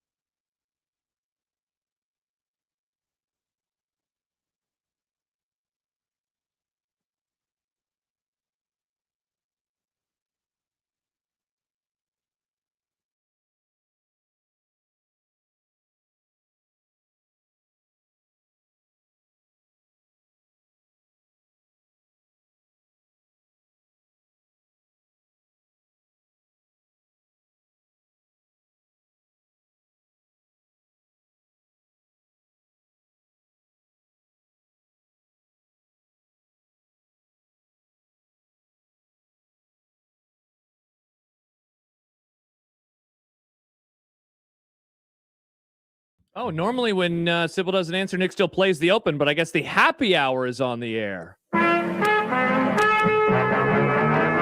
What is going on? He's literally never done this. Why would you just stare at me like that? We've always handled it one way. I didn't want to gamble on it today. Wow. I didn't want to play the open. Why and then didn't you there's no tell Sip. me before we You came have back no from the faith in Sip commercial? joining us? I mean, I tried calling him twice, and it just rang to voicemail both times. I think he's in the weeds. Wow, and Michael Severe literally had just texted, late for Sipple again. Maybe Sipple's just ignoring us. Oh? See, you should have played his open. Good Lord. Amateur hour. Good God. All right. Wow. Is he All right. here? Yeah, he's going to join the Okay. show. So we could, I mean, literally, we could have just done the same thing we always do, but Nick decided to bet, and he made the worst bet in the history of bets. This is worse than picking the Raiders to win the. Or to This go to the is Super worse. Bowl. This is worse than my pick of teams in the NFL that are going to be very good this year. Very sad. Well, here he is, Steve Sipple. Good God. What's wrong? Nick is wrong. Nick is wrong. He's failing us, we have Sipple. we have this situation, Sip, where sometimes if you don't answer like right away, and we're getting because Nick likes to wait until the last second to call people. He's like that we Stibbs. still play your open in the assumption that you're either going to answer or call back, which you just did. So we still would have played your open, but today we didn't play your open because Nick just assumed, he's not answering, so he's not going to be here. Complications. You know how it is. You have a radio show. You know what's going on with the producers and their weird minds. Yeah, I mean, yes and no. Yes and no. You don't talk to your producer. You ignore them. We're people too, Sip. No, I don't ignore them. How's everything going there? Oh, good. Not bad. I'm in Philadelphia. Sip, you'd be very proud of me. The boys aren't very proud of me, but last night, because you will be proud of this, Sipple. Because Rob Anderson, Creighton Sports Information Director, and I wanted to watch the Nebraska game, which was going on right after my show. We decided to just walk across the street to the Chili's and have dinner there so we could watch the game. So I had Chili's last night, and the guys were giving me crap for it. What'd you have? I did the 3 for me combo. I did the cheeseburger and fries and a side salad. It was very and a nice cold beverage. It was delicious. That sounds great. That sounds 3 for me. Got it. You're perfect. Thank you. Did you say John is perfect? He did. No, I said it's a perfect decision. Oh, I was like, John is perfect. His wife wouldn't even say those words, Sipple. Oh yeah, I got a text from my wife saying you went to Chili. Exactly. Come on. Unreal. I just got back from the Cheesecake Factory. There's a lot to be said. As you know, we've been through this for chains. They're very viable. That's why people You know do what like you them. That's why people like them. That's why they used to like college football, Sipple, because it was reliable. You knew that if a player committed and signed, that their word was their bond, and they were never going to leave at 7:45 on a Monday night and go to Kentucky. Am I right? God. Yeah. What'd you think of that? Pretty interesting. Certainly pretty interesting. It was interesting, Sip, and I earlier on, about an hour ago, we had Max Olson on from ESPN, who has been in contact with Minchey's camp, and what he was told by Minchey's camp was that this was not a money situation, that Nebraska's offer actually was better, but that Kentucky stayed on the commitment, and it was the Will Stein, and the newness of it and his ability to coach and et cetera, et cetera. And that was the real reason why the change happened. I'm curious, what your thoughts are on that, knowing that in these situations, you're going to get information from one camp, you're going to get information from the other side, and you got to decide for yourself what the truth actually is. Yeah, I figured it was just a money matter, but look at Will Stein's. You look at Will Stein's background with quarterbacks. He had 2 first-rounders just recently. 2 first-round types. I mean, that's a fact. It has to be a factor in a kid's mind. But why did he commit to Nebraska then? I don't know. I guess there's moving parts because Kentucky lost out in the Levis sweepstakes, right? And then they have to go to another plan. And who knows what plan Minchey was. You know, he could have been B, but he also could have been C, D, or E. So who knows? I try not to judge it too much. The knee-jerk reaction everybody has is, "Oh, Kentucky came with a bag." That was my reaction. That's what I was hearing. That he got, he just simply got more money. But who knows? Who really knows? No. What do you think, Sip? Because we've played the clip, and I imagine people. I know you guys did a chat today. I haven't had a chance to read it yet, but I'm guessing you guys were asked about the quote from October, November from Rule about, hey, we're not going to have those worries this year. We're going to be able to spend money. We're going to be able to pay players. This, because there's been this critique of, well, obviously this doesn't prove that true. Like, in defense of Matt Rule, I mean, there's a difference between spending money and spending money wisely. And so getting in a bidding war with a quarterback who has not ever started a football game, like, I don't think that that's the worst thing in the world. That said, I mean, the remaining quarterbacks obviously leave something to be desired too, in my book as well. So I wonder how you've been viewing that. Well, just like you, I mean, there's principle too. I mean, like, you can buy a speedboat, put it in your garage, but what if you go to your wife and say, we're going to buy another speedboat? She's like, well, why? We got the money, but why do we want to do that? Doesn't make any sense. So this is kind of a strange analogy, but there's a principle involved. Like, yeah, if the price got driven up, just because it gets driven up doesn't mean you have to pay it. Even though you have it, you don't have to pay it. If there might have been a determination, we're not paying X amount for a player who's never started a game. Let's have to figure out something else. Or, I guess it's what you hope. I hope it's not the way I characterize it. I hope it's, the first part is, we're not doing this. You hope the second part is we already got a plan, so we don't have to pay this money. That's what you hope. I mean, how would you know unless you talk to Pat Stewart directly? He can't really talk to you in that right now when everything's going on. But I would hope that they, that they maybe even anticipate it could happen. And if it happens, this is what we're going to do. I wonder about that, though. It doesn't, I don't know. I hope that's the case. What do you think about the Plan Bs? And the Plan Bs are Calandria from UNLV, Prabula perhaps from Missouri, Aiden Childs from Michigan State. What do you make of the Plan Bs, or what we presume to be the Plan Bs? Because it sounds like at least two, if not all three, of these guys are visiting at some point. Yeah, is Lagway in that conversation too? He was. I mean, he's on the graphic. I don't know. I don't know if it's a viable one, but sure, if you want to throw his name into the conversation, go ahead. I don't know as much about Pribula as the other guys. The UNLV/Virginia guy. I like him. I don't love him. I mean, I'd say that about all of them. I've been criticized heavily on our message board because I am intrigued by Child. I mean, he has intrigued me. I know he had a terrible year, but I mean, that's where coaching comes into play. And if you have competent coaches and you get all you can out of Child, enough of that to like. I like it. That's my style. I like that style of quarterback. So he intrigues me. Lagway. Now, the one thing you'd say about all of them, or at least Lagway, Calandria, and Childs, they've all been turnover prone at some point. Calandria, not last year. I think it was 23. His ratio was 23-9. But God, he had a lot of turnovers at his previous stop. All those guys. I mean, Lagway was a turnover machine. It really gave me pause looking at that, at the turnovers that Childs, Lagway, and Calandria have had during their careers.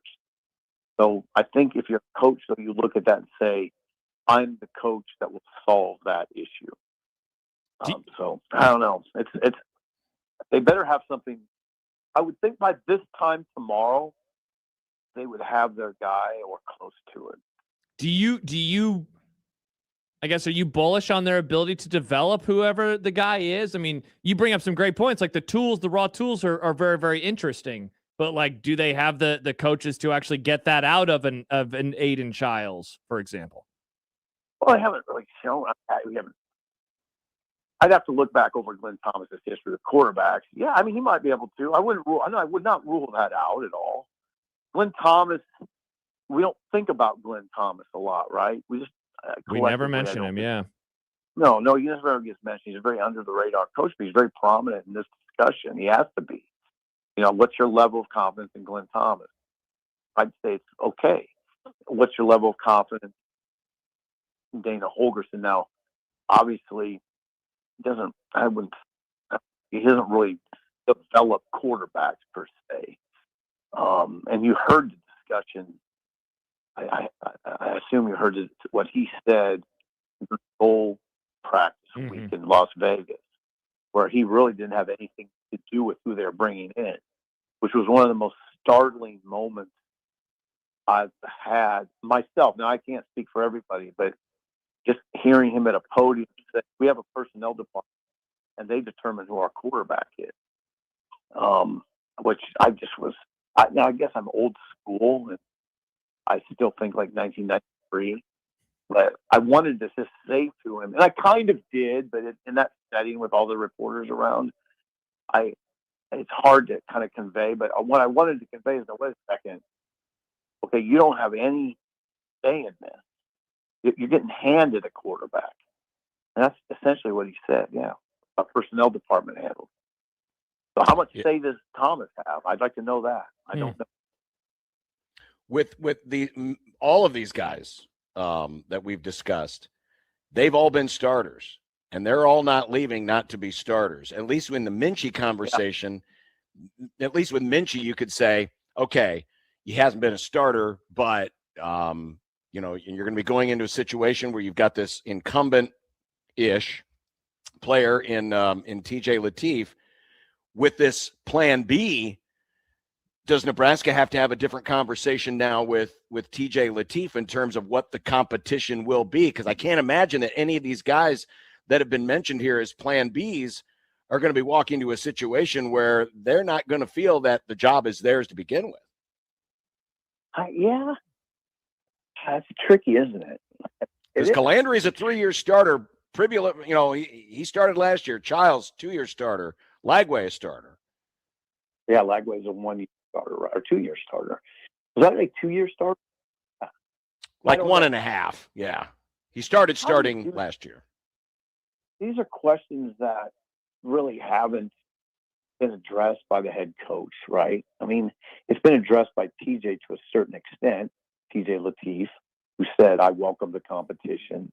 But yeah, what are you telling these guys as you're courting them? Now there's a level, I want to be careful. I was going to say there's a level of desperation. It might be a relatively low level, but it won't be long before there's a high level if it drags to Thursday or Friday. Then what are you telling them? How do kids think nowadays? Now, here's the thing. You can't throw a blanket over that. I bet there's guys that would say, I don't expect you to tell me it's my job. I bet there's guys like that.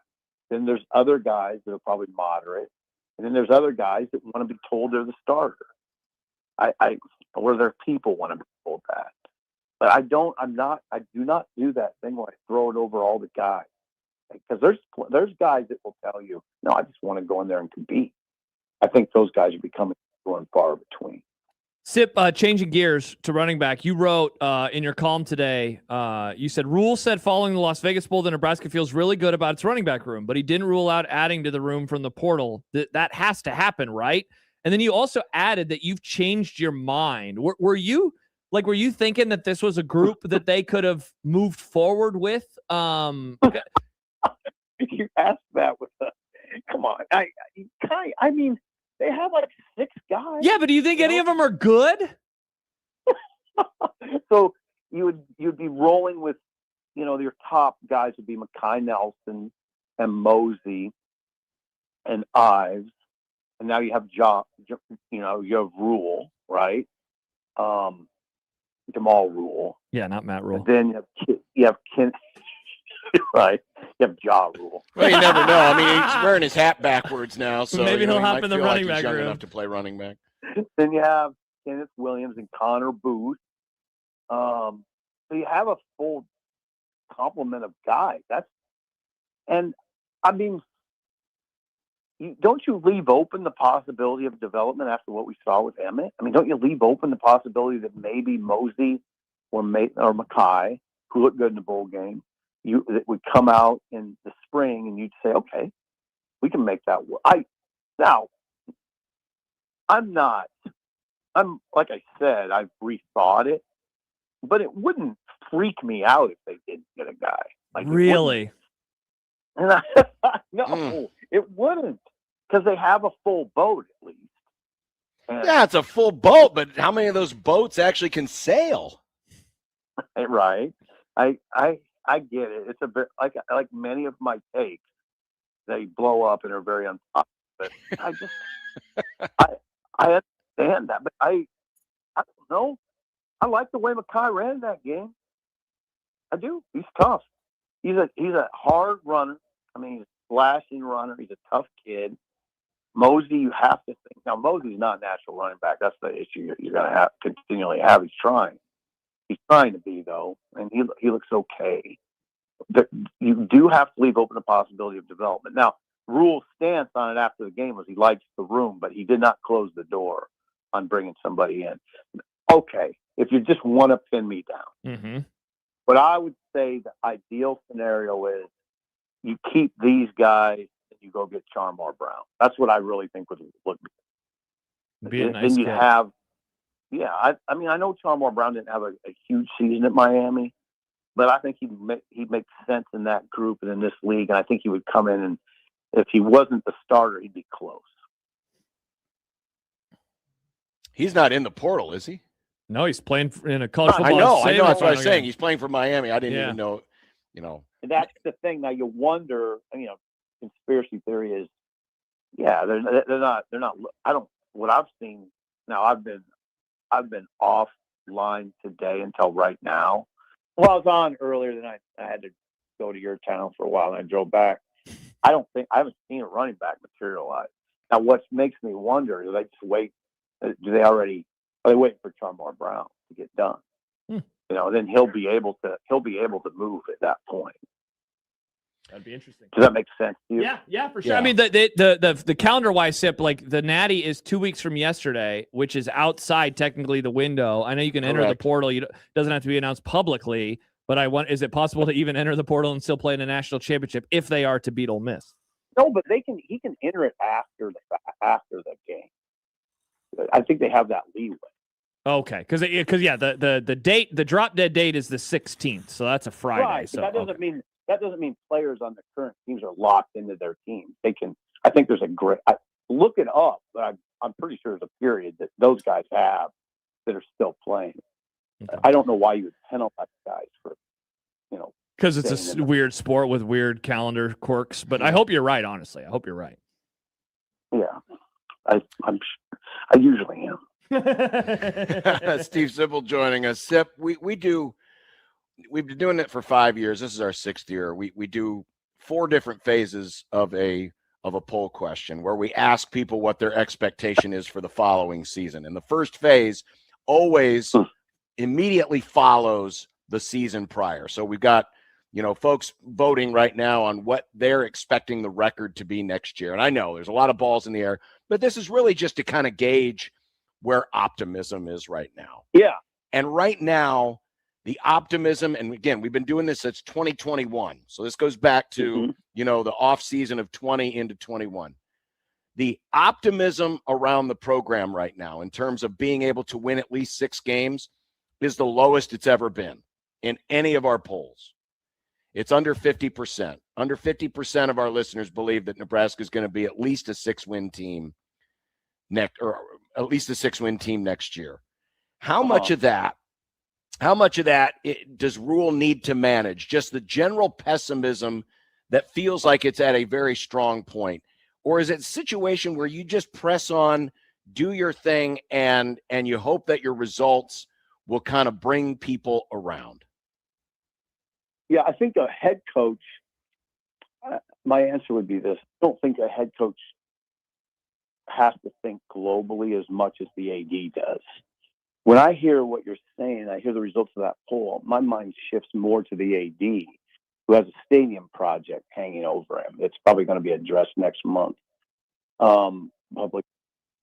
Now, how do you do this, right? How do you do it? If you think globally, there's a lot of issues now. I mean, okay, yeah, I mean, you have a sellout streak to think about. You have season ticket sales to think about. You have people thinking about renewals, and then the stadium project. Okay, and now Rule. I don't know that Rule thinks about. I don't. If I were a head coach, I wouldn't think about that stuff too much. I mean, it enters the conversation, but you just got to get the team better. You know, you're just in a day-to-day battle to improve your roster and improve your operation. You know, he always says 1%. It might have to go up a little bit. 1% a day, it might have to go up a little bit. But no, I don't think Rule thinks about. I can't believe he would think globally too much. He's just in a day-to-day battle at this point. But that's not surprising based on the conversations I have with people. And I mean, what I've been telling people, it's hard to predict anything over 6 right now, you know, without knowing what some of those other teams are going to look like. I mean, you're assuming 3, which is a dangerous assumption, by the way. You know, you're assuming those first 3. And what I've been telling people is when the schedule comes out, the Big Ten schedule, I think that 4th game is the most interesting one in my mind, because I think you're hoping you get a home game against one of the relatively easy opponents to get to 4 and maybe get some level of foundation and confidence, and then maybe you can. There's momentum, and you can steal a few that you maybe wouldn't have. I think Game 4 is gigantic in this. I think instead of like this last year, it was Michigan and of course Indiana, Ohio State, and Oregon on the schedule. You know, starting with one of those 2 teams. That's a good point. Or maybe the Big Ten will spring another one. Hey, let's do another, early season surprise, and we'll stick Oregon on the opening Thursday night. Oh wow, that'd be so exciting. As opposed to maybe, what if you got those first 3 non-cons and then got Illinois and Lincoln, or is that? Yeah, I think is that a home game? I believe Maryland. It is. Yeah, one of those, and then that's what I'm most interested in. The home games are Indiana, Maryland, Ohio State, and Washington. Yikes! I mean, all right, good luck with one of those. I mean, those are all outside of Maryland. That's a tough game. Illinois is a road game. Man, I'm so for scratch Illinois. Yeah, you hope for Maryland. At Rutgers. I'd say Washington, maybe Washington. I'm in the 5. I think I'm in the 5-win camp right now. A long ways away, but I think I'm at 5. Yeah, and I'm glad John prefaced it the way he did. See, it's tricky, right? Because I always reference Sean me and Sean talk 50 times a day, and I tell him, how can you judge this stuff right now? We don't even know what the portal result is. Let's see April 17th, April 18th. What the portal haul looks like.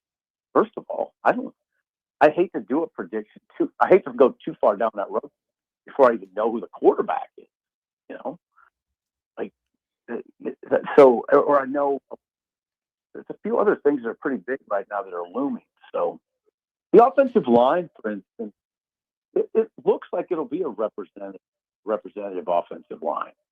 I mean, they've got a tree now. Well, it looks pretty good. I mean, like that part's better. So I don't know. Let's see how it shakes out. Steve Sipple, HuskerOnline.com. Great chat. Yep, good chat, Sip. Happy New Year. Yeah. Happy New Year to you guys. You're incredible to me, incredibly patient. I appreciate that. Oh, always fun. Oh, we are patient. By the way, happy holiday to you. Of course, this is also the anniversary. Of the great tweet from Sipple, January 6th. It's practically a holiday. That was not in reference to what you think. I know. It was something else, but it just we actually, Sip, we're going to make it a holiday. We were supposed to do brats and wear summer clothes Jan on the 6 show. Summerfest, but then John because left us. I'm in Philadelphia with the Creighton basketball team, I couldn't be there, so we had to postpone our January 6th Summerfest. Yeah, very sad. Which probably a good idea anyway, because apparently it feels like summer back home. Yeah. So We were going to wear warm weather clothes, expecting it to be 20 degrees, not in the mid 50s. Gorgeous, isn't it? It really is. It really is. Did you get the bike out? You gonna get the bike out? Oh, get the hog. We're in portal hell right now. It's everything you could imagine. Okay. Yeah. Sean's next year's plan is his plan. I don't know if he's joking or not.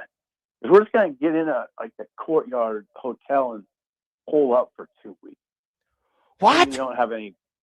Then you don't have any like family obligations, and like I don't have to leave for 3 hours during the course of the day. And it was wild last night.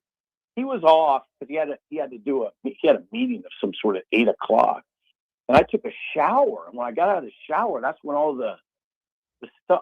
I looked at my phone. I was like, "Wait a second, Minchey's gone." You can't even go take a shower right now.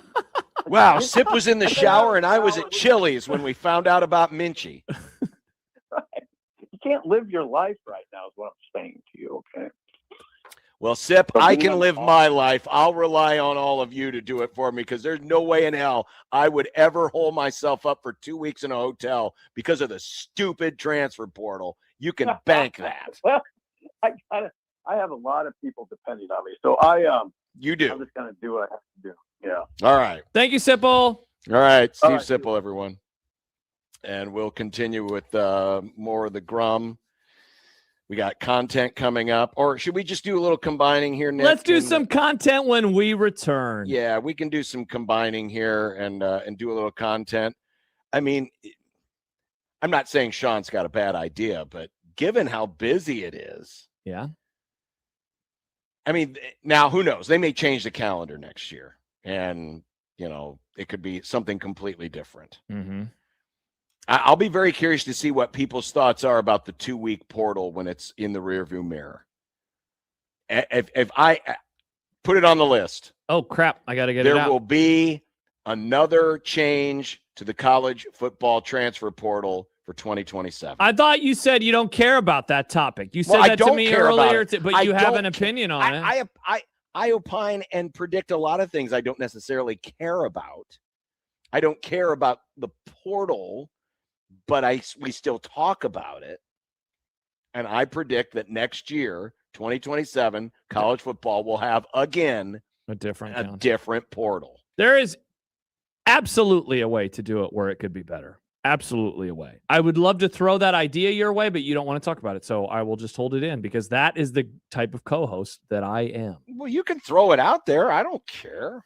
No, I mean, we can do it another time. I would rather talk about that than the third team guard. Well, we haven't done the third team guard. We're just talking about the starting because quarterback. I have held us back. From that. But you know what doesn't hold you back, John?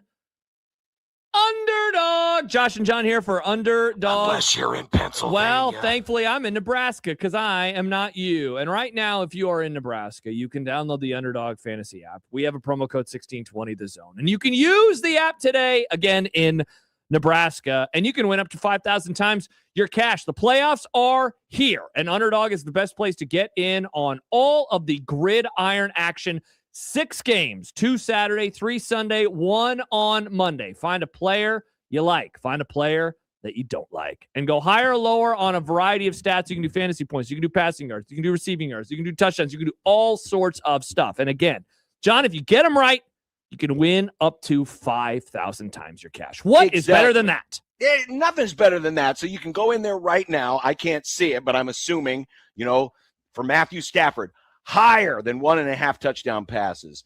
Tay Adams, higher than 1.5 touchdown receptions. And certainly take all the lowers on Drake May, the wannabe candidate for MVP, the fake candidate for MVP. There's a guaranteed winner for you. And if you download the Underdog app today, use our promo code 1620 the zone, score $75 in bonus entries when you play your first $5. That's using our promo code 1620 the zone at sign up when you get Underdog. Underdog, make picks, win money. Must be 19 plus and present in Nebraska. Terms apply. See assets.underdogfantasy.com for details. Concerned with your play, call 1-800-GAMBLER or visit ncpgambling.org.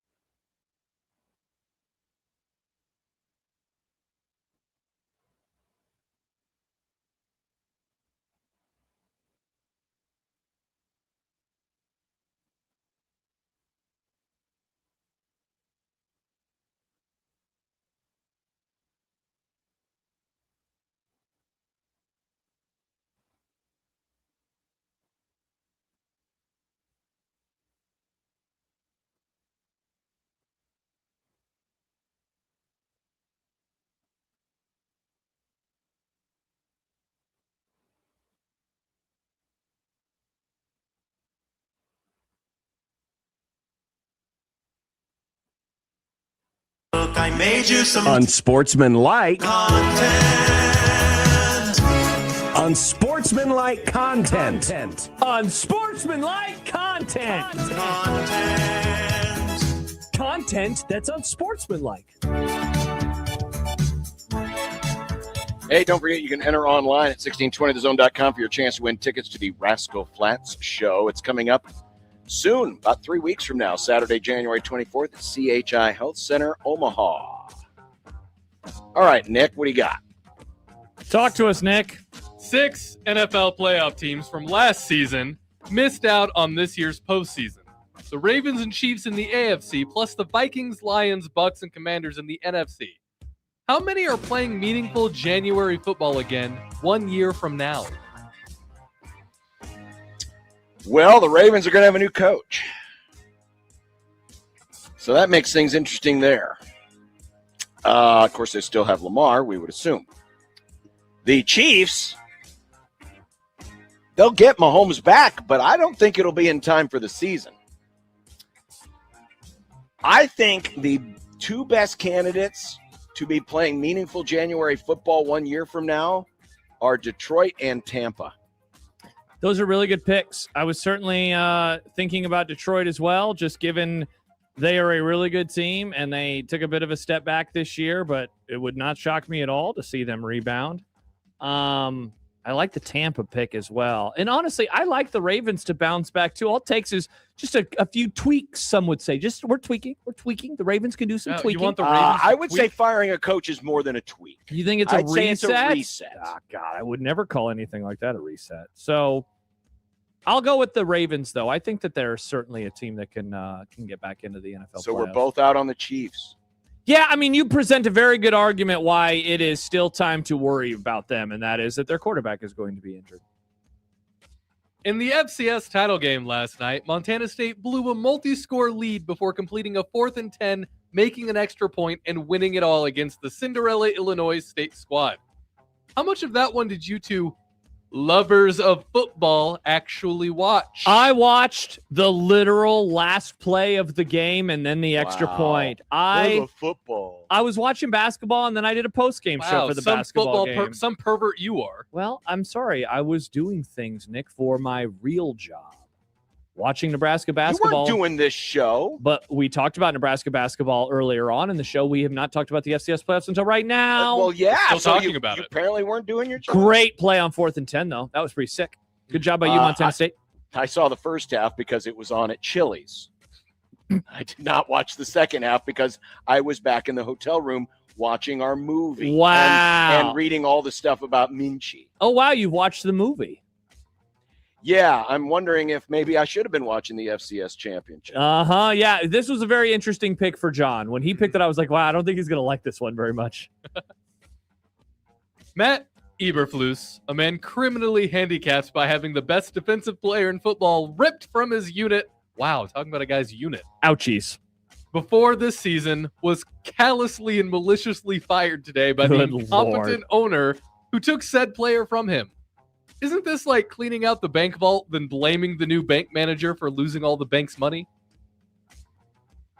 It is. I mean, I think Matt Eberflus, he's a patsy. He was set up to fail. The best part was we're showing a screenshot, by the way, of America's finest owner. And the statement that they put out, that is the actual statement that what they did it put say? out. I haven't seen this. Well, it's the typical, So online small. statement. Yeah, it is. It is. The print is very small. There's a lot of blue in it. A lot of field. A lot of field in there as if to represent all of the field that other teams' receivers had this year against the Cowboys secondary. They were wide ass open.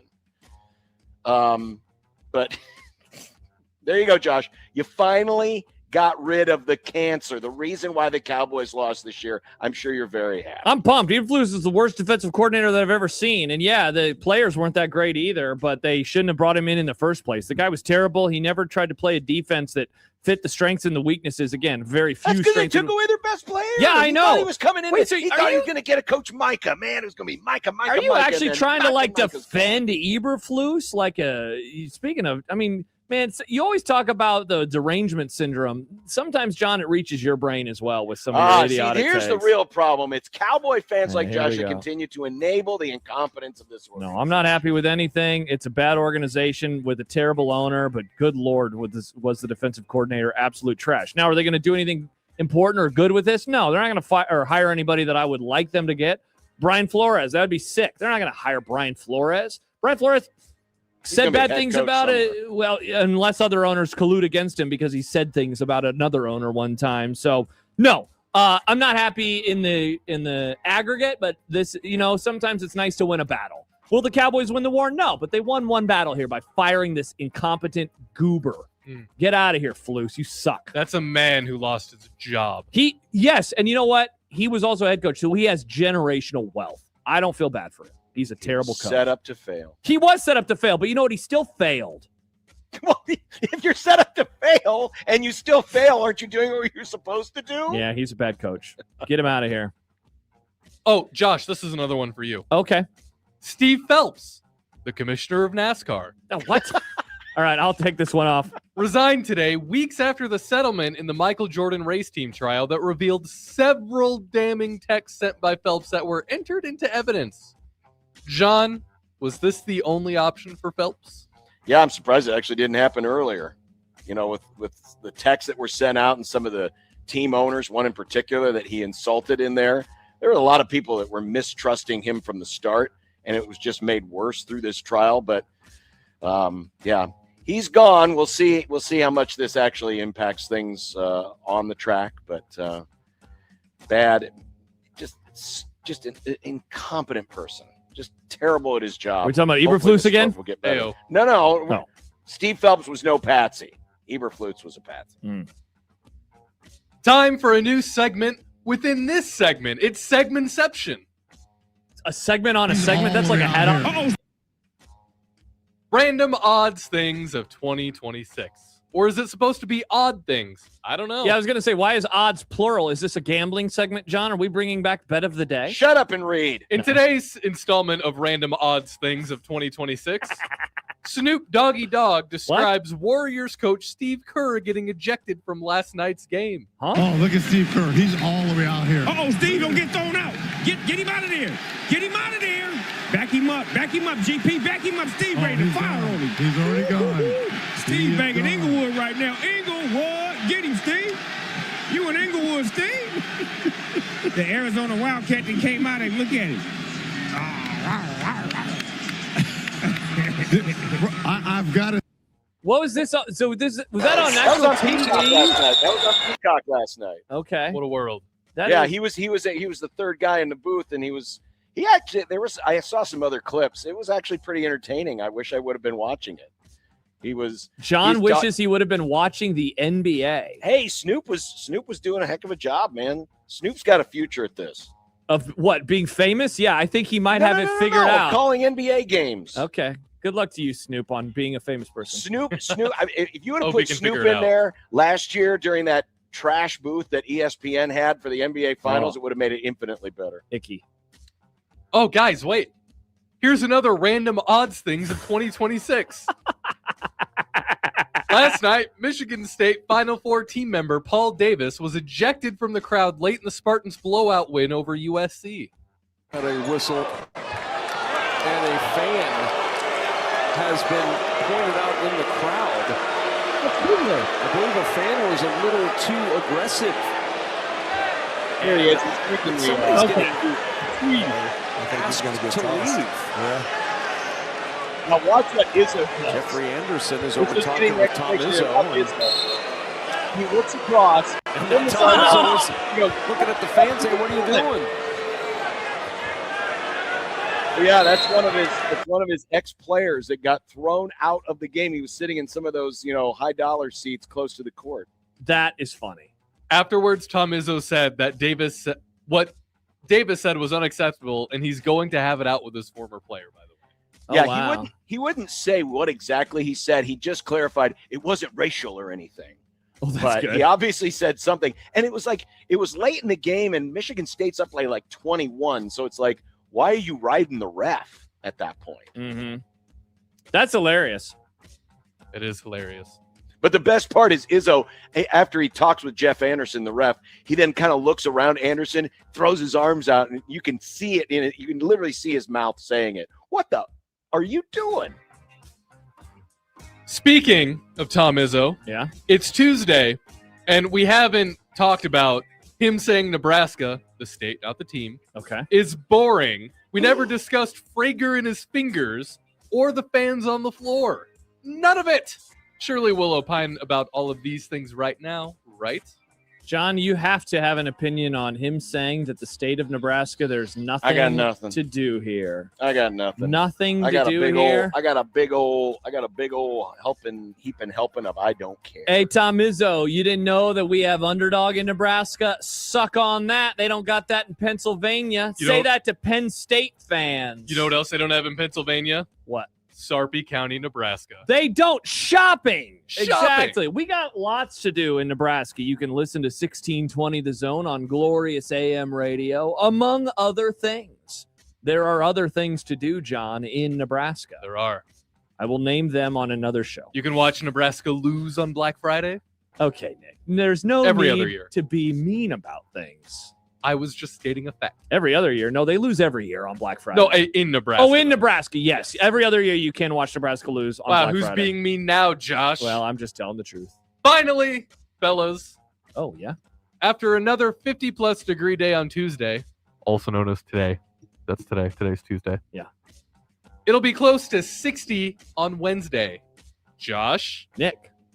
Please tell us you won't be making any bold predictions on why did you have to bring January this up? 6th. I would never. That would be the worst thing that has ever happened on a January 6th, Nick, for me to lie to our audience. I will not lie. No, of course, snow will return. It will be chilly. We'll all have to go out and shovel, lay down some salt to melt the snow and the ice. Again, a hot take. Shoveling snow, not as bad as everybody makes it out to be. One of my friends who I know is listening right now, when I moved, he was like, "Oh, that's the worst thing in the whole wide world." And I said, "It's not that bad. Put on a podcast. Put on a podcast." That's my answer to all of life's problems. Oh, boring to clean the dishes? Put on a podcast. Got to shovel the snow? Put on a That's the dumbest podcast. thing ever. Oh, getting tortured in prison? Put on a podcast. I mean, it would make it a little bit better. It would make it a little having to bearable. shovel poop? Yeah. Put on a podcast. Yes, again, podcast. Well, I mean, if you're in Guantanamo, Walk they're through putting the on Bill desert in Simmons 125 degree heat with no water? Put on a podcast. Yeah, Guantanamo. That's I definitely hate Bill terrible. Simmons. Yeah. No, shoveling snow's not that bad. But yes, snow will be back and we'll all have to deal with it. And I will go outside and I'll shovel and then I'll come back inside and I'll put on my slippers. I can't wait till, Josh should have been like an anesthesiologist. Someone's going under the knife. Put getting on a ready to have podcast. Big surgery. It's just like, you don't need that gas. Just put on a podcast. I see my friend is typing right now. I can't wait to see what he says about me shoveling snow. Again, not that bad. No, it's like a nice shoveling- little workout. It, Don't have to but lift it weights gets- that day. Yeah, but when it gets to be the heavy, the thick, wet, heavy stuff, bad times. Now, of course, those of us who have a snowblower, we take care of it that way. But Oh, nice. Well, must be nice, no, John, to have mowing a the salary. lawn much better than shoveling snow. I have a Mowing the bonus. lawn is for losers. I have a bonus one. Or What are you talking about for losers? Just kidding. My wife does it. She does a great job. Oh, yeah, that's right. Josh makes woman. Go out and mow Baymont the says lawn, I'll and regret then the you come statement. inside and make me some food. I will not regret it. When I first moved in, when we moved into March, there was that crazy snowstorm that I actually was unable to leave my neighborhood. And I shoveled 4 times that day. Again, not that bad. Wasn't that bad. It was fine. I am going to call the Omaha Public Works Department and make sure that the plows go by and pile up that thick layer of heavy, icy snow at the end of your driveway, the kind that you can't get out because, your car won't be able to bust through it, and see how much you enjoy doing that. Aaron has texted in, you use salt SMH. I don't know what that means. Salt. You use salt. Yeah, I know. I don't. He's like making fun of me for it. I don't know. Isn't that what people do? You put it down so there's not ice and it's easier to shovel. I don't know. I put it down last year before the crazy snowstorm. It made it so much easier the next day. Mhm. I'm a fan of it. I have a bonus question for John. Oh, perfect. John, as I'm sure Odds you've heard, segments. Cliff Kingsbury was fired as the Commander's OC today. Do you have any Oh. words you would like to impart on your former favorite coach? Yeah, I'll impart some words. There are teams actually thinking about interviewing him for their head coaching job. He's a good coach. There were reports that the Giants and Titans were interested in interviewing Clifford Caleb Kingsbury. No wonder your organizations suck. All right. Ridiculous. Do you have any words about him? The rise and fall of him on an annual basis is insane. A year ago, people were like, a year ago, he hadn't even gone on the crazy run yet, but they made it to the NFC Championship game. And it was like, whoa, Cliff Kingsbury has never been more back. And now he's fired a year later. Seems like he's good for us. He's got about a season in him. There's at a new place. There's a line in The Dark Knight where Two-Face says, "You live long enough to see yourself become the villain." Mhm. And I think that that's what happens with Cliff Kingsbury, like every year. Every year. He dies a hero, or he lives long enough to see himself become the villain. Happens every year. He'll get another job. He'll be a great OC for a year. People will wonder, oh, is he back? And then he'll get fired again the next year. Incredible. Put it on the long-term list. You know what? He could be the defensive coordinator of the Cowboys. No, he would be bad at that. That'd be just like Jarrah, wouldn't it? No. Well, you know what? I think, we ought to get an offensive mind to be our defense coordinator because he'll know what to call. Yeah, here you go. God, I hope the Panthers beat the Rams. That'd be really funny. El Scorcho writes, definitely with John on this. Shoveling snow sucks. Mowing the lawn is amazing. Mowing the lawn can be relaxing. My lawn can kiss my keister. I've seen videos of people. Weird. Well, you don't even do it. I know. That's why, because I hate it so much. Thankfully, my wife likes it. I've been wanting to do this. So I've seen videos of people where they'll get a camera and they'll attach it to an RC truck. And then they'll have a little plow, and then they'll plow their driveway with the little RC truck. I think that could be fun. Good Lord. That is way more work. You'd have to watch it and drive it the whole time. You have a camera on it, so you don't even have to be outside. You can be in your house. But you're just doing that. It would take so long. But it would be fun. No, it wouldn't. No, it would take it wouldn't. And forever. plus, it's like you're playing it a would video have to game. be very, very, very. I mean, we're talking like the kind of snow where you could just take a broom to it. Yes, there is no RC That's the vehicle dumbest that could crap handle I've ever heard. that could handle an inch of snow. That's not true. Okay, I want to see many. Do you have an RC car? I have a How couple. big are these things? All right. When it snows this year, you need to try this and prove how miserable it is. I need to get. It's not cheap. It's not cheap to do. Yeah. So this is a waste of time and it costs money. And waste of money. I mean, it's an upfront cost, but then you never have to go outside again. Sam writes, that is dumb And then as meanwhile, heck. you're getting bored to death just driving your little RC truck up and down the sidewalk and, trying to move 3 inches of snow. Meanwhile, the snow's stacked higher than the stupid RC truck. Now, John, I know we are two very different people, but that does not sound boring to me. That sounds awesome. Doing that for 4 hours? That sounds exciting. It wouldn't take 4 hours. It would take way longer These than aren't you the think. size of Hot A Wheels. freaking Roomba would do a better job on the snow than this RC truck. Dwayne writes, get off the For You tab, Nick. Exactly. Go away, Nick, from the For You tab. I haven't just seen it on the For You tab. That's unreal crap right It there. is for me, though. Nice. Oh, it definitely is for you. It's definitely for you. Well, what is for us for dinner? Nice. I can't wait to find out. Next on 1620 The Zone.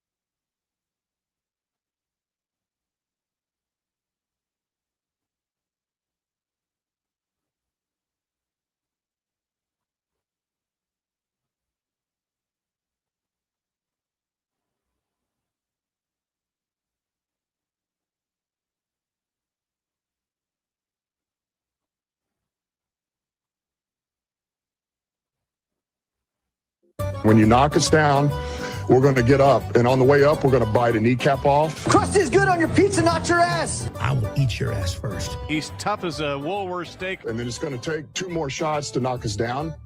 All right. And on the way up, we're going to take your other kneecap. I'm ready to hang them up, gut them and skin them and chop them up. You know what? I'm ready. My daughters aren't starving to death.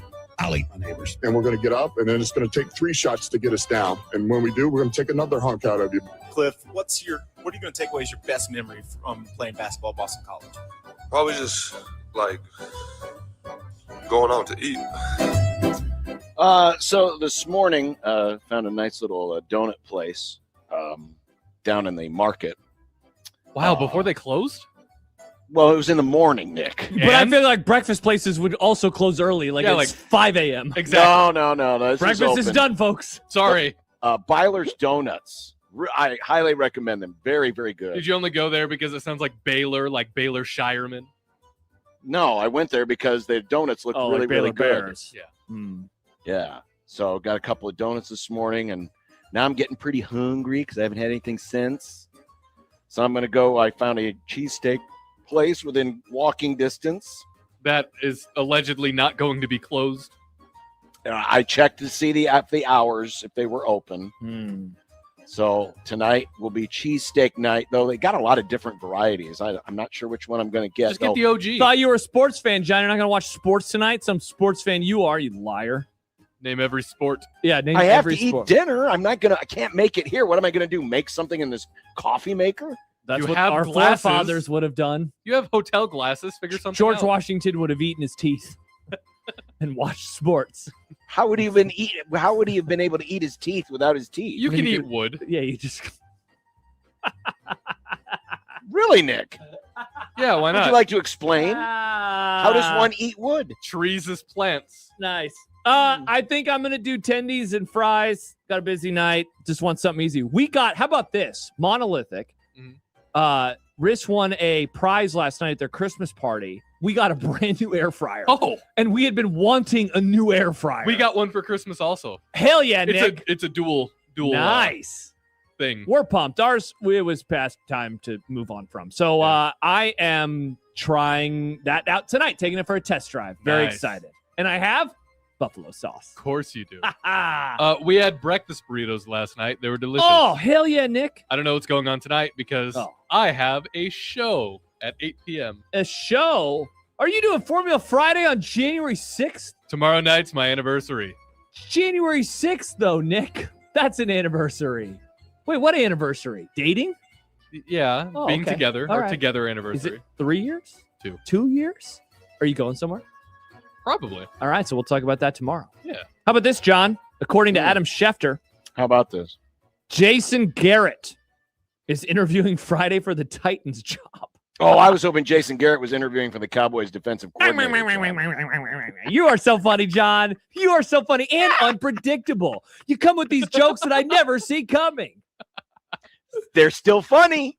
No, They're and still they're funny. not. Wow, Yes, they are. That would be a That's subjective. terrible hire. Oh, Nick, give us a sports flash. Oh. Sports flash. Time for We've an never Unsportsmanlike sports flashed Conduct this Sports late. Flash I update. know.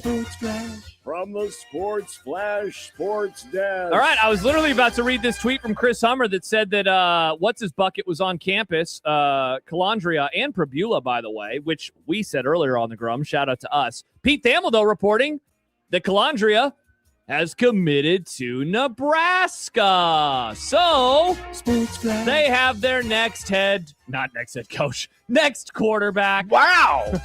The next quarterback of Nebraska. Player coach. Shout out to After Hours, which is just about to get going. They have news to discuss now. They can break down this commitment. And so will we tomorrow on the Grum. And Well, then on here's- Thursday, we'll talk about what happens now that he left and decommitted.